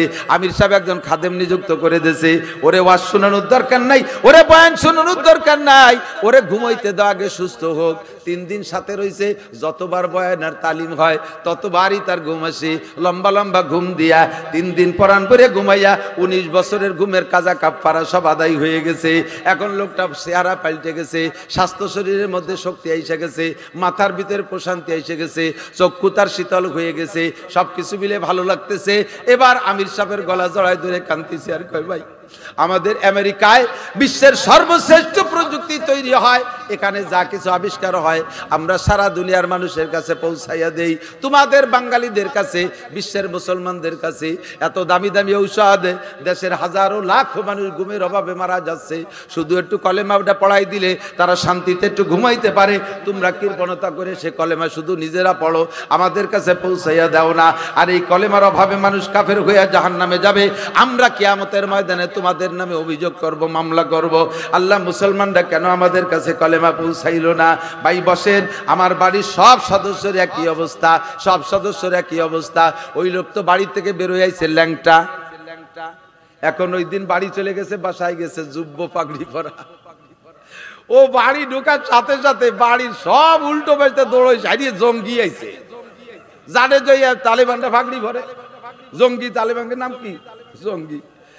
ও পিছন দিয়ে ডাকে, কয় যাইস না, আমি পরিচয় দিয়ে সুন্দর করে বুঝাইছে, তোমার এই হালাত কেন? কারে যদি ঘুমতি চাস, মসজিদি ডাক্তার আইছে বাংলাদেশের থেকে 12 জন, ঘুমাইতে চাইলে আয়। বাস্তব বুঝাই দিয়ে নিয়ে আসছে পুরো ফ্যামিলি ওই দিনের মধ্যে মুসলমান। আল্লাহু আকবার, উদু ইলা সাবিলি রাব্বিকা বিল হিকমাতি ওয়াল মাউইজাতিল হাসানা। এরপরে ওই লোক বলতেছে 2 বছর হলো আমি আমেরিকা থেকে আসছি, ওই লোকের সাথে আমার সবসময় ফোনে টেলিফোনে যোগাযোগ। আল্লাহু আকবার, ওই লোকের মেহনতে তার তশকিলে তার কলোনির 2 পাশে যত মানুষ ছিল সব মুসলমান হইয়া গেছে। ওই মহল্লায় মসজিদ ছিল না, নিজে একটা মসজিদ বানাইছে। আল্লাহ পাক তারে এখন সেই মসজিদের ইমামও বানাই দিয়েছে। কাবলে গর কাকে গিরদ জারশাবাদ না কে সরজার বুরদে খাকে স্তরশাবাদ। যোগ্য মানুষের কাছে, যোগ্য মানুষের হাতের মধ্যে যদি ছাইও দেওয়া হয় তা স্বর্ণ হয়ে যায়, আর অযোগ্যের হাতের মধ্যে সোনা স্বর্ণ দিল তা ছাই হয়ে বের হয়। কতক্ষণ ঠিক না? আল্লাহু আকবার। আল্লাহ পাক রব্বুল আলামিন আমাদের সকলকে এ দামি দামি সোহবতে দামি হওয়ার তৌফিক দান করে, বলেন আমিন। প্রত্যেকে যেন বলতে বলতে সরে চলে আসছি। আল্লাহ পাক রব্বুল আলামিন আমাদের রজব ও শাবানের বরকত নসিব করে, বলেন আমিন। কষ্ট হচ্ছে কার কার? কষ্ট হয়ে যাচ্ছে? আমি কিন্তু ওয়াজ শুরু করি নেই, এ বাংটাটু কি সময় চলে গেল, কি এর বাড়িতে আল্লাহ জানে, বেশিক্ষণ পারা যাবে না ইনশাআল্লাহ। আল্লাহ শারফুল মাকানে বিল মাকিন। এই ঢাকাবাসী যুবকরা আমার দিক তাকাও, শারফুল মাকানে বিল মাকিন। ইদানিং কথাটা একটু বেশি বলতেছি। অবস্থানকারীর কারণে অবস্থানের দাম বাড়ে আর কমে, এক কথা। 2 নম্বর কথা, কিমিয়া পরশ পাথর, এর সাথে জং পড়া, মরিচা পড়া, লোহা বা যে কোনো পাথরের ছোঁয়া লাগলে তা স্বর্ণ হয়ে যায়। একটু বলবেন না সুবহানাল্লাহ? দেই নেই তা সুবহানাল্লাহ না নাউজুবিল্লাহ কয় তো বুঝি উঠতে পারছি। 3 নম্বর, ধানের মধ্যে যদি চাউল হয় তখন ধানের শীষটা খাড়া থাকে না, ঝুঁকে যায়, ঠিক না? খাড়া যেগুলো রয়েছে ঝোঁকে নাই, ধান আছে গায়ে, ফর্সা চেহারা, দেখতে একটু কম না, বডিও মোটামুটাই ভাব লাগতেছে এখনো, কিন্তু ভিতরে শীষ যেহেতু খাড়া, বোঝা যাচ্ছে যে ওর মধ্যে কি নাই, চাউল নাই, ঠিক না? আল্লাহ ধানের ভিতরে শীষ ঢুকলে, চাউল ঢুকলে শীষ বাঁকা হয়ে যায়, পরশ পাথরের সাথে ছোঁয়া লাগলে যে কোনো পাথর সোনা হয়ে যায়। শরফুল মাকানে বিল মাকিন, অবস্থানকারীর কারণে অবস্থানের দাম বাড়ে ও কমে, ঠিক কিনা? এই মিসালে আমি বলি থাকি, খুব বলি, এই দিক তাকান, সে ঢাকার বাসী এই দিক তাকান। 1 লিটারের এই প্লাস্টিকের বোতল কিনে নিয়েছেন 60 টাকা, 4 বোতলের দাম কত? 4 টাকা, 1 টাকা 1 টাকা দাম। সিরেফ খালি বোতলের দাম 1 টাকা। এলো নতুন চাকরি, এবার এই পানি খেয়ে ফেলাই দিয়ে যদি বোতল এই একটার দিকেও কেন নাকি, কত ডুন মিলি হয় 1 কেজি, তার দাম 20 টাকা। তো এই 1 বোতল নতুন অবস্থায় পানি ঢুকানোর আগে 1 টাকা, 4 বোতল 4 টাকা দিয়ে কিনে আনছেন। একটা খালি বোতলের ভিতরে 1 লিটার পানি ঢুকাইছেন, এবার দাম 25, 20 টাকা, ও 20-25 যাই, ও 20 ও 1 টাকা তো নাই, দাম বাড়ছে না কমছে? এ কিসের কারণে? বোতলের কারামতি না মালের কারামতি? এরকম শরফুল মাকানে বিল মাকিন, 1 টাকার বোতল মুহূর্তের মধ্যে 20 টাকা পানি ঢুকার কারণে, ঠিক না? 2 নম্বর বোতলের ভিতরে 1 লিটার কেরোসিন তেল ঢুকাইছেন বা ডিজেল, এবার বোতলের দাম কত? 110 টাকা। মুহূর্তের ভিতরে 1 টাকা দামের বোতল 110 টাকা, ঠিক কিনা? কার কারামতি? মালের কারামতি। কার কারামতি? শরফুল মাকানে বিল মাকিন। একটু মনে রাখতে হবে, খেয়াল রাখতে হবে, বুঝতে বোঝানোর জন্য এটা উদাহরণ বলছি। 3 নম্বর বোতলের ভিতরে, সেটাও কিন্তু 1 টাকা দামের বোতল, ওর মধ্যে ঢুকাইছেন 1 কেজি ঘি, এবার বোতলের দাম 1600 টাকা। কতক্ষণ? কত? 1600 টাকা। শরফুল মাকানে বিল, 1 টাকার বোতল একবার 20, একবার 110, একবার 1600। 4 নম্বর বোতলের মধ্যে পেশাব করে মুখ আটকায় দিয়েছেন, বোতলের মধ্যে পেশাব করে মুখ আটকে, এবার বোতলের দাম কয় টাকা? ওর বডিতে যে একটা আছিল তাও নাই, শেষ, ঠিক না? ওই পেশাব ঢুকে বোতলেরও বডি শেষ করে ফেলাইছে। একটা রাতির দাম 1000 মাসের চাইতে বেশি, একটা রাতির দাম 500 মাসের চাইতে বেশি, একটা রাতির দাম 100 মাসের চাইতে বেশি। একটা রাতে বিশ্ব নবী মুহাম্মদুর রাসূলুল্লাহ মেরাজে গেলেন, সেই রাত্রে নামাজ নিয়ে আসছেন, রাতটা কত দামি। সামনে আর একটা রাত আসছে 14 দিবাগত রাত শাবানের, সে রাতটা লাইলাতুল বারাত, সেটাও বড় দামি, 110 টাকা। রমজান মাসে একটা রাত আসছে লাইলাতুল কদরে খায়রুম মিনাল ফিশার, 1000 মাসের চাইতে দামি। এ রাত যেমন ও রাত তেমন, পানির বোতলটা যেমন, তেলের বোতলটা তেমন প্লাস্টিকের, ঘির বোতলটাও প্লাস্টিকের, আর পেশাব ভরে তুইছেন যেটা সেটাও প্লাস্টিকের বোতল, একই বোতল। এবার মাল ঢুকে ঢুকে মাল বোতলের দামের ভিতরে বেশ কম করতেছে, একটা বোতলের দাম বানায় দিচ্ছে 1600 টাকা। কথা বলেন ঠিক ঠিক না? আল্লাহু আকবার। ও দোস্তরে, লাইলাতুল কদরে খায়রুম মিনাল ফিশার, শাহরু রমাদান আল্লাযী উনজিলা ফীহিল কুরআন। বছরে 12টা মাস আছে, 11 মাসের 11 রকম দাম। রমজান মাসের দাম কত বেশি? 70 থেকে 700 গুণ বেশি, 70 থেকে 700 গুণ পর্যন্ত। রমজান মাসে 1 খতম পড়লে কেউরে 70 খতম কোরআন পড়ার সওয়াব দেওয়া হয়, কেউরে 200 খতমের সওয়াব, কেউরে 500 খতমের সওয়াব, কেউকে 600 খতমের সওয়াব, কেউরে 700 খতম কোরআন পড়ার সওয়াব দেওয়া হয়। রমজান মাসে একবার আল্লাহ বললে অন্য মাসে 700 বার আল্লাহ বলার সওয়াব। রমজান মাসে যদি একটা ফরজ আদায় করে, অন্য মাসের 70টা ফরজের সমান সওয়াব। রমজান মাসে যদি একটা নফল আদায় করে, অন্য মাসের একটা ফরজের সমান সওয়াব দেওয়া হয়। কারণ এইটা, এই মাল এই রমজান মাসকে এত দামি বানাইছে, ওর ভিতরে ঢুকছে 1600 টাকা দামের ঘি। আল্লাহ কয় শাহরু রমাদান আল্লাযী উনজিলা ফীহিল কুরআন। এই রমজান মাসের বোতলের দাম বাড়ার কারণ হলো ওই রমজানের মধ্যে আল্লাহর কোরআন নাজিল হয়েছে, ঠিক না? আবার আজকে কয় তারিখ গেল? দিন গেছে কয় তারিখ? ফেব্রুয়ারি 15। গতকাল 14। এই গতকালকের আগের যে রাতটা গেছে, এই রাতটা ওই 4 নম্বর বোতলের মতো গেছে না? কথা কয় না কেন? একই রাত, একই রাত। এই 14 তারিখের রাতটা একেবারে 4 নম্বর বোতলের মতো অবরে পেশাব ভরে তুই দিছে। সারা দেশ লক্ষ লক্ষ লক্ষ লক্ষ হারামজাদা যারো সন্তান গতকালকে গর্ভধারণ করেছে, নাম দিয়েছে ভালোবাসা দিবস। ও ঢাকাবাসী, ও রাজধানীবাসী, করছো কি? যারা করছো এই দিন কি করছো কি তোমরা? এই সমস্ত দিবসকে পরিহার করো। এর কারণে ক্ষুধার গজব নাজিল হয়, এর কারণে এগুলো সব পশ্চিমা প্রোডাক্ট, পশ্চিম থেকে আমাদের দেশে আমদানি হচ্ছে। আগে ছিল না পয়লা বৈশাখ, এদিক তাকান, পয়লা বৈশাখ আমাদের ছোটবেলায় দেখিনি, এই কয় বছর হলো পয়লা বৈশাখে পান্থা ইলিশ। আমাকে গ্রামের থেকে এক মহিলা আইছে, জামাই বাড়ি, জামাই থাকে ঢাকা, জামাই এই পয়লা বৈশাখে শাউরিরে পান্থা ইলিশ খাওয়াবে বিদায় রমনা বটমূলে যে লাইন দিয়ে দাঁড়াইছে, 3000 সিরিয়ালের পরে যে পাইছে এত কটা ভাত, আধা বল পানি, আর এই ইলিশ মাছটা বটি দিয়ে কাটা যায় না, 6 মিলি কাটছে বলে তুলসি কুলে, তাই ভাইজিয়ে দিচ্ছে, তাই 3000 টাকা দিয়ে এক প্লেট কিনে দিছে। যাইয়া খুশিতেই শাশুড়ি বলতেছে, আম্মা ইয়া আমার ভাগ্যের বিষয় না, আপনি যেন কোন বড় কপালের মাইয়ে, আপনার কপালে এই পাইছি। বাক করে টুটুটুটেছে, শাউড়ি কয়, ওরে কপাল পোড়ার বেটা, কপাল পোড়া, তুই পান্তা ভাতের এত পাগলি তো আমারে কোনোদিন কইস না, তুই একটু কিলিস আর এই কয়টা পান্তা ভাত 3000 টাকা দিয়ে কিনে নিয়ে আসছিস, তুই খালি এবার আমার বাড়ি আয়, তোরে পান্তা ভাত দিয়ে কয় বোর দেবো, কত খাতি পারিস, 1 টাকাও দেওয়া লাগবে না। জানবাতি লাগাইয়া এই পহেলা জানুয়ার কোন দিক দিয়ে আসে তাই পাহারা দিচ্ছে, ঘড়ি ধরিয়ে যখন 12টা একটা, আর কিভাবে স্লোগান দিয়ে শুরু করছে, জানুয়ার ঢুকে গেছে বাংলাদেশে। পয়লা জানুয়ারকে স্বাগতম জানাও, পয়লা বৈশাখে তোমরা মঙ্গল শোভাযাত্রা দিয়া পান্থা ইলিশদের স্বাগতম জানাও। মুহররমের 10 তারিখ কবে আসে মুসলমান খবর নাই। तू को जावा सुन्नते अहमद को जा, तू को जावा सुन्नते अहमद को जा, बा मोहम्मद का बुवाद निस्बत तुरा, ए कल्ब में सूज नहीं, रूह में एहसास नहीं, कुछ भी पैगाम मोहम्मद का तुझे पास नहीं।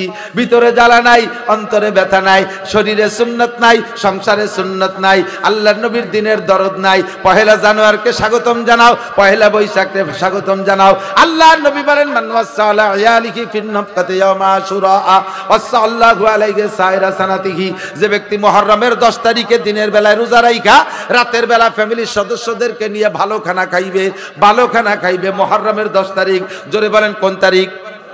কোন মাসের কোন তারিখ?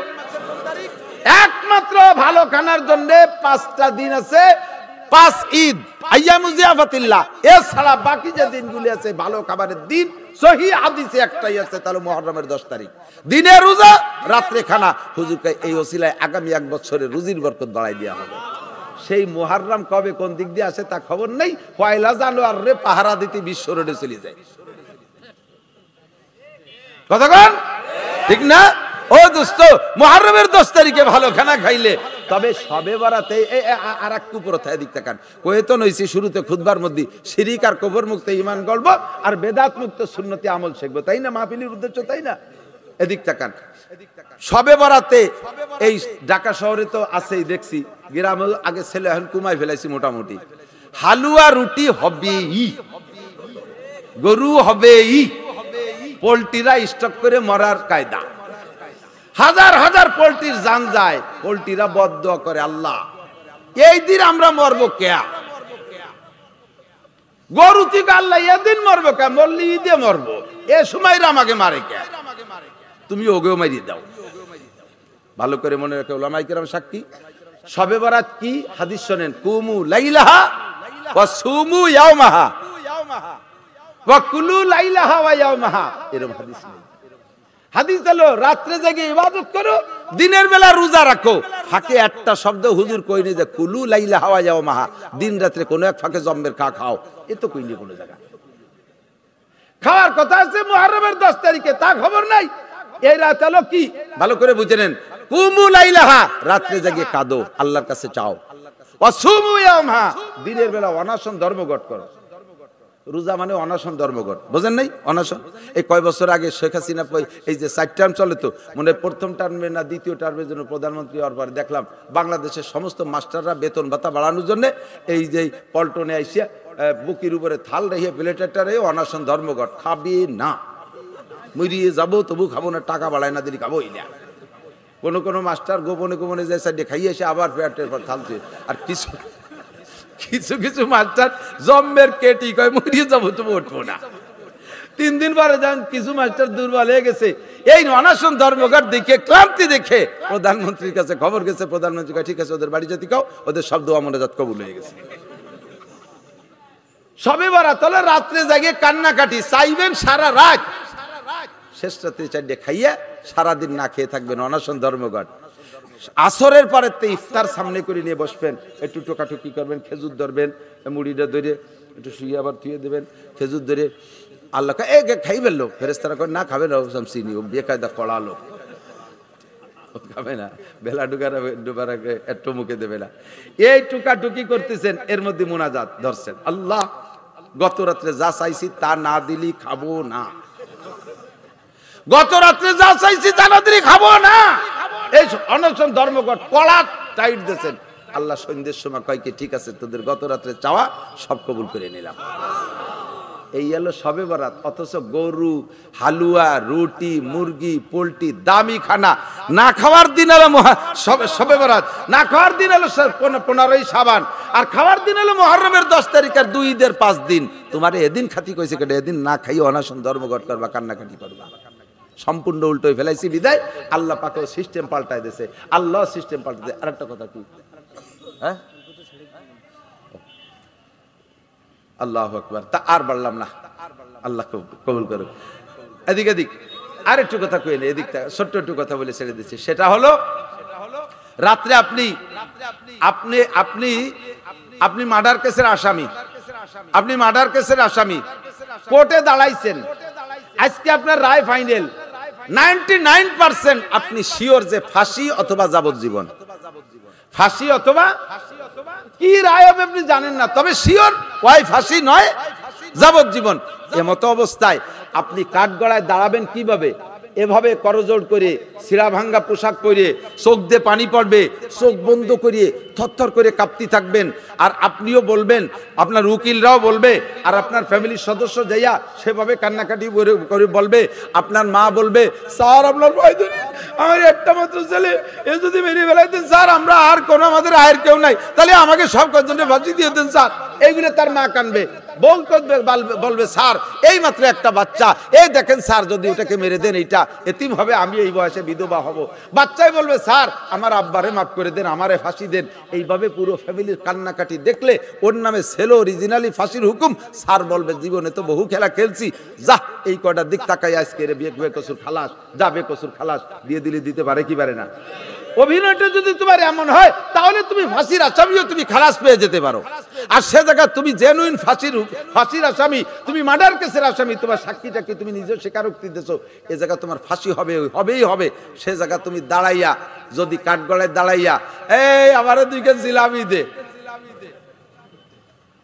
আমারে 2 কেজি জিলাপি দে, এ বিড়ি তো দিলি না, সিগারেট তো দিলি না।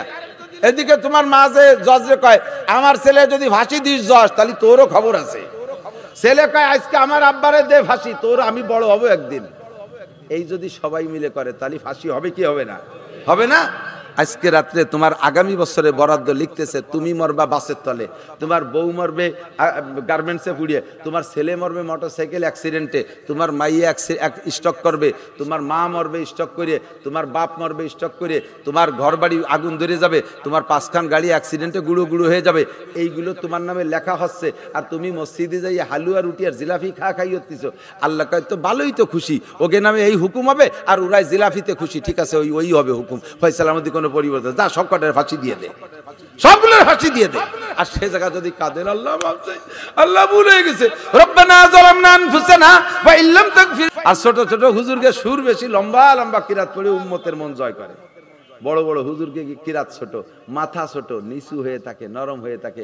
যার মধ্যে কোরআনের এলেম যত বেশি, তার ভিতরে বিনয়িতা তত বেশি, হোক সেটা হুজুর আর হোক সেটা পাবলিক।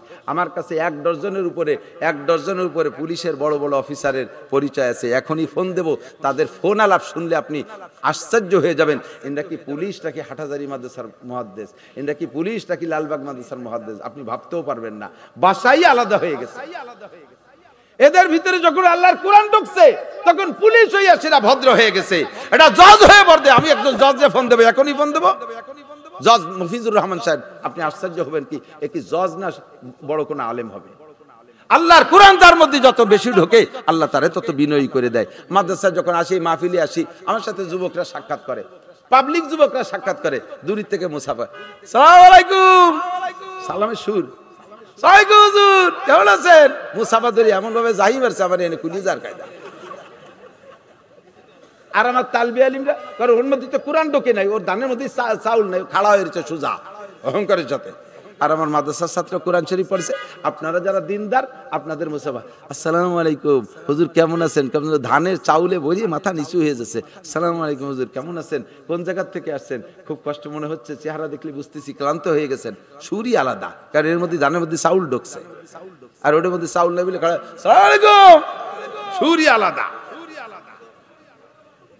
সাইকম স্যার, সালামের সালাম কি জানো? সাইকম স্যার মানে স্যারের ছয় কম আর না থায়ে কি জানি কত রঙের সালাম। আল্লাহ হেফাজত করুক, বলেন আমিন। বলেন সালামটা একটু শিখিয়ে দিই, বলে আসসালামু আলাইকুম, এইভাবে ক্লিয়ার সালাম দেবেন, এইভাবে ক্লিয়ার ওয়া আলাইকুম আসসালাম শুদ্ধ করে উত্তর দেবেন, ঠিক আছে না? আল্লাহু আকবার। আরেকটা বলতে চাইছি, সেটা হলো কিমিয়া নিকাল কর হেরা আছে সোয়ে কমে আয়া আর আপনি সাথ কিমিয়া লে আয়া। বলতে চাইছিলাম আজকে এটার ব্যাপারে একটু লম্বা কথা, কিন্তু গোড়ায় দিয়ে অনেক লম্বা হয়ে গেছে কথা, এই জন্য আর বলবো না। আপনাদের এলাকার পরীক্ষার্থী আছে তাদের পরীক্ষা আজকেতেই তো পরীক্ষা না, পরীক্ষা শুরু হয়েছে, ম্যাট্রিক পরীক্ষা, দাখিল পরীক্ষা, কাজেই সকলেরই সময় ব্যস্ততা আছে। আর আমার মাদ্রাসার ছেলেদের সকলেরই পরীক্ষা। দুইটি কথা বলে দেব, নিকাল কার হেরা আছে সোয়ে কমে আয়া। আল্লাহ নবী গারে হেরা থেকে আমাদের কওমের দিকে চলে আসছেন, আর আপনার সাথে কিমিয়া লে আয়া, আর সাথে একটা কিমিয়া নিয়ে আসছেন, পরশ পাথর নিয়ে আসছেন। কি নিয়ে আসছেন? পরশ পাথর। পরশ পাথর কারে কয়? এর সাথে যার ছোঁয়া লাগে সে দামি হয়ে যায়, ঠিক কি না? এই পরশ পাথর হলো কোরআনে কারিম। একটু বলেন পরশ পাথর কি নিয়ে আসছে? কোরআনে কারিম নিয়ে আসছে। ওমরের মতো বিশ্ববিখ্যাত মস্তানের সাথে ছোঁয়া লাগছে, ওমর খলিফাতুল মুসলিমিন হয়ে গেছে। সাহাবায়ে কিরাম যারা ছিলেন সকলেই কাফের ছিলেন, সব কাফেরের সাথে ছোঁয়া লাগে সোনার মানুষে পরিণত হয়ে গেছে। এই কোরআন ছোঁয়া লাগছে মাওলানার সাথে। দেখেন ইনিও তো যেমন মানুষ, আবার সাধারণ পাবলিকও তেমন মানুষ। আজকে সে কত বড় দামি হয়ে গেছে। কোরআন ছোঁয়া লাগছে আহমদ শফির সাথে, সারা বিশ্ববিখ্যাত হয়ে গেছে। কোরআন ছোঁয়া লাগছে সরমুনার পীর সাহেবের সাথে, একটু সাধারণ মানুষ, হাফসিদের মতো এত কাজে দাঁড়িয়ালা একটা মানুষ, ওই সরমুনার সরের পর থাকে, কোরআনে ছোঁয়া লাগে সোনার মানুষ হয়ে গেছে। লক্ষ লক্ষ মানুষ তার ভক্ত হয়ে গেছে। আল্লাহর কোরআন যার সাথে ছোঁয়া লাগে সেই দামি হয়ে যায়। এ ভাই, 3 লাখ টাকা দেবে টেলিভিশন, যদি এই 1 লাখ টাকা দেবে টেবিলের উপরে রাখেন, আর এই টেবিল সহ টেলিভিশন সহ যদি লাথি দিয়ে চিৎ করে বেলায় দিই, কেউ কি বলবে যে এত দামি টেলিভিশন এত দামি টেবিল লাথি দিলি এটা চুমো খা? কবে কবে? আর কলি কি খাবো নাকি? লাথি আরো দুটিয়ে দেবো, ঠিক না? কিন্তু কোরআন শরীফ রাখে যে রেহাল কার্ড, তার দাম 20 টাকা, ঠিক না? ওইটাতে কোরআন শরীফ রাখুক আর না রাখুক, নাম যখন বানাইছে রেহাল কার্ড, হাতেতে পড়ে গেলে চুমো খাই কি খায় না? কোরআনের নামের ওসিলায় রেহাল কার্ড দামি হয়ে গেছে। ওর গায়ে যে কাপড়টা দেয় সে কাপড়টা চুমোকার যোগ্য হয়ে যায়। আগেই বলছি রাতের সাথে ছোঁয়া লাগছে 1000 মাসের চেয়ে, 1000 রাতের চেয়ে দামি। দিনের সাথে মাসের সাথে ছোঁয়া লাগছে 700 মাসের চাইতে দামি। কাজেই এ কোরআন আমার সাথে ছোঁয়া লাগলে আমিও দামি। কথা কয় না রে? এ কোরআন আপনার সাথে ছোঁয়া লাগবে। মাস্টার সাহেব আপনি দামি মাস্টার, বিনি কোরআনের মাস্টার, আপনার কোনো দাম নাই। আরে কোরআন ছাড়া যদি দামি হতো তাহলে লেখাপড়া ওরা কম জানে না। ওই যে জো বাইডেন আর নেতানিয়াহু দুনিয়ার লেখাপড়া কম জানে? জো বাইডেন আর নেতানিয়াহু আমেরিকান, ওরা দুনিয়ার লেখাপড়া কম জানে? একটু কম জানে না। কিন্তু তাদের ভিতরে মানবতা নাই, আল্লাহর কোরআন নাই। শিশু বাচ্চাদেরকে ভুনা করে ফেলতেছে, মাকে শহীদ করে দিচ্ছে বাচ্চার সামনে, সব ফ্যামিলি ধরে শেষ করে দিচ্ছে। মানবতা নাই, কারণ কোরআন নাই। কি নাই? কথা বলেন, কোরআন নাই। আল্লাহর কোরআন না ঢুকা পর্যন্ত মানুষের মধ্যে মানবতা আসে না। আল্লাহর কোরআন না ঢুকলে মানবতা আসে না। এই জন্য ঘরে ঘরে, গ্রামে গ্রামে, এই মহল্লায় হুজুর বললেন যে 10 মিনিটের ভিতরে 10টা মাদ্রাসা, সর্বোচ্চ 10 মিনিট লাগে এই 10টা মাদ্রাসা ঘুরতে। আল্লাহর রহমতে এরই ওসিলায় বাংলাদেশ আল্লাহর কাছেও দামি, দুনিয়ার মানুষের কাছেও দামি। আমি তো বলে থাকি, আরে বাংলাদেশের ক্রিকেট প্লেয়ারকে সেদিন কয়েক বছর আগে দেখছি আমার সামনে, আমি এয়ারপোর্টে গেছি, ওরাও যাইতেছে। ওরা গেল শ্রীলঙ্কা, যাই কোন জায়গা? বাংলাদেশের টাইগাররা হরিণ শিকার করতে যাচ্ছে। সব জায়গা পতাকা, জাঙ্গি পতাকা, প্যান্ট পতাকা, গেঞ্জি পতাকা, মাথায় পতাকা, টুপি পতাকা, ক্যাপ পতাকা, বইটি পতাকা, খুঁটো পতাকা, ব্যাগ পতাকা। 1 সপ্তাহ পরে খবর নিলাম যে তারা কি শিকার টিকের করে আসলে তো কলি না, কয় যে ওই তো 2 জায়গা যাই হারিয়ে গেছে, পরে বিমানে আসে না, এদের ভ্যানে টেনে চলে আসে। আর আমার বাংলাদেশের হাফেজরা যেমন যায় তার চাইতে আসে অনেক সম্মান নিয়ে। কতক্ষণ ঠিক না? বিশ্ববিখ্যাত হাফেজ, এগুলো সব পয়দা হয় এই সমস্ত কারখানায়। বাংলাদেশের সম্মান, বাংলাদেশের ইজ্জত। আরে এত ঘনবসতি অনিয়ম জাতি, করোনায় মরিয়ে যত সাপ হইয়া, করোনায় বাংলাদেশের মতো অনিয়ম আছে। পুলিশ দেখলি মাস্ক পরে আর সন্তানকে মাদ্রাসায় পড়ান, ঠকবে না ইনশাআল্লাহ, ঠকবে না।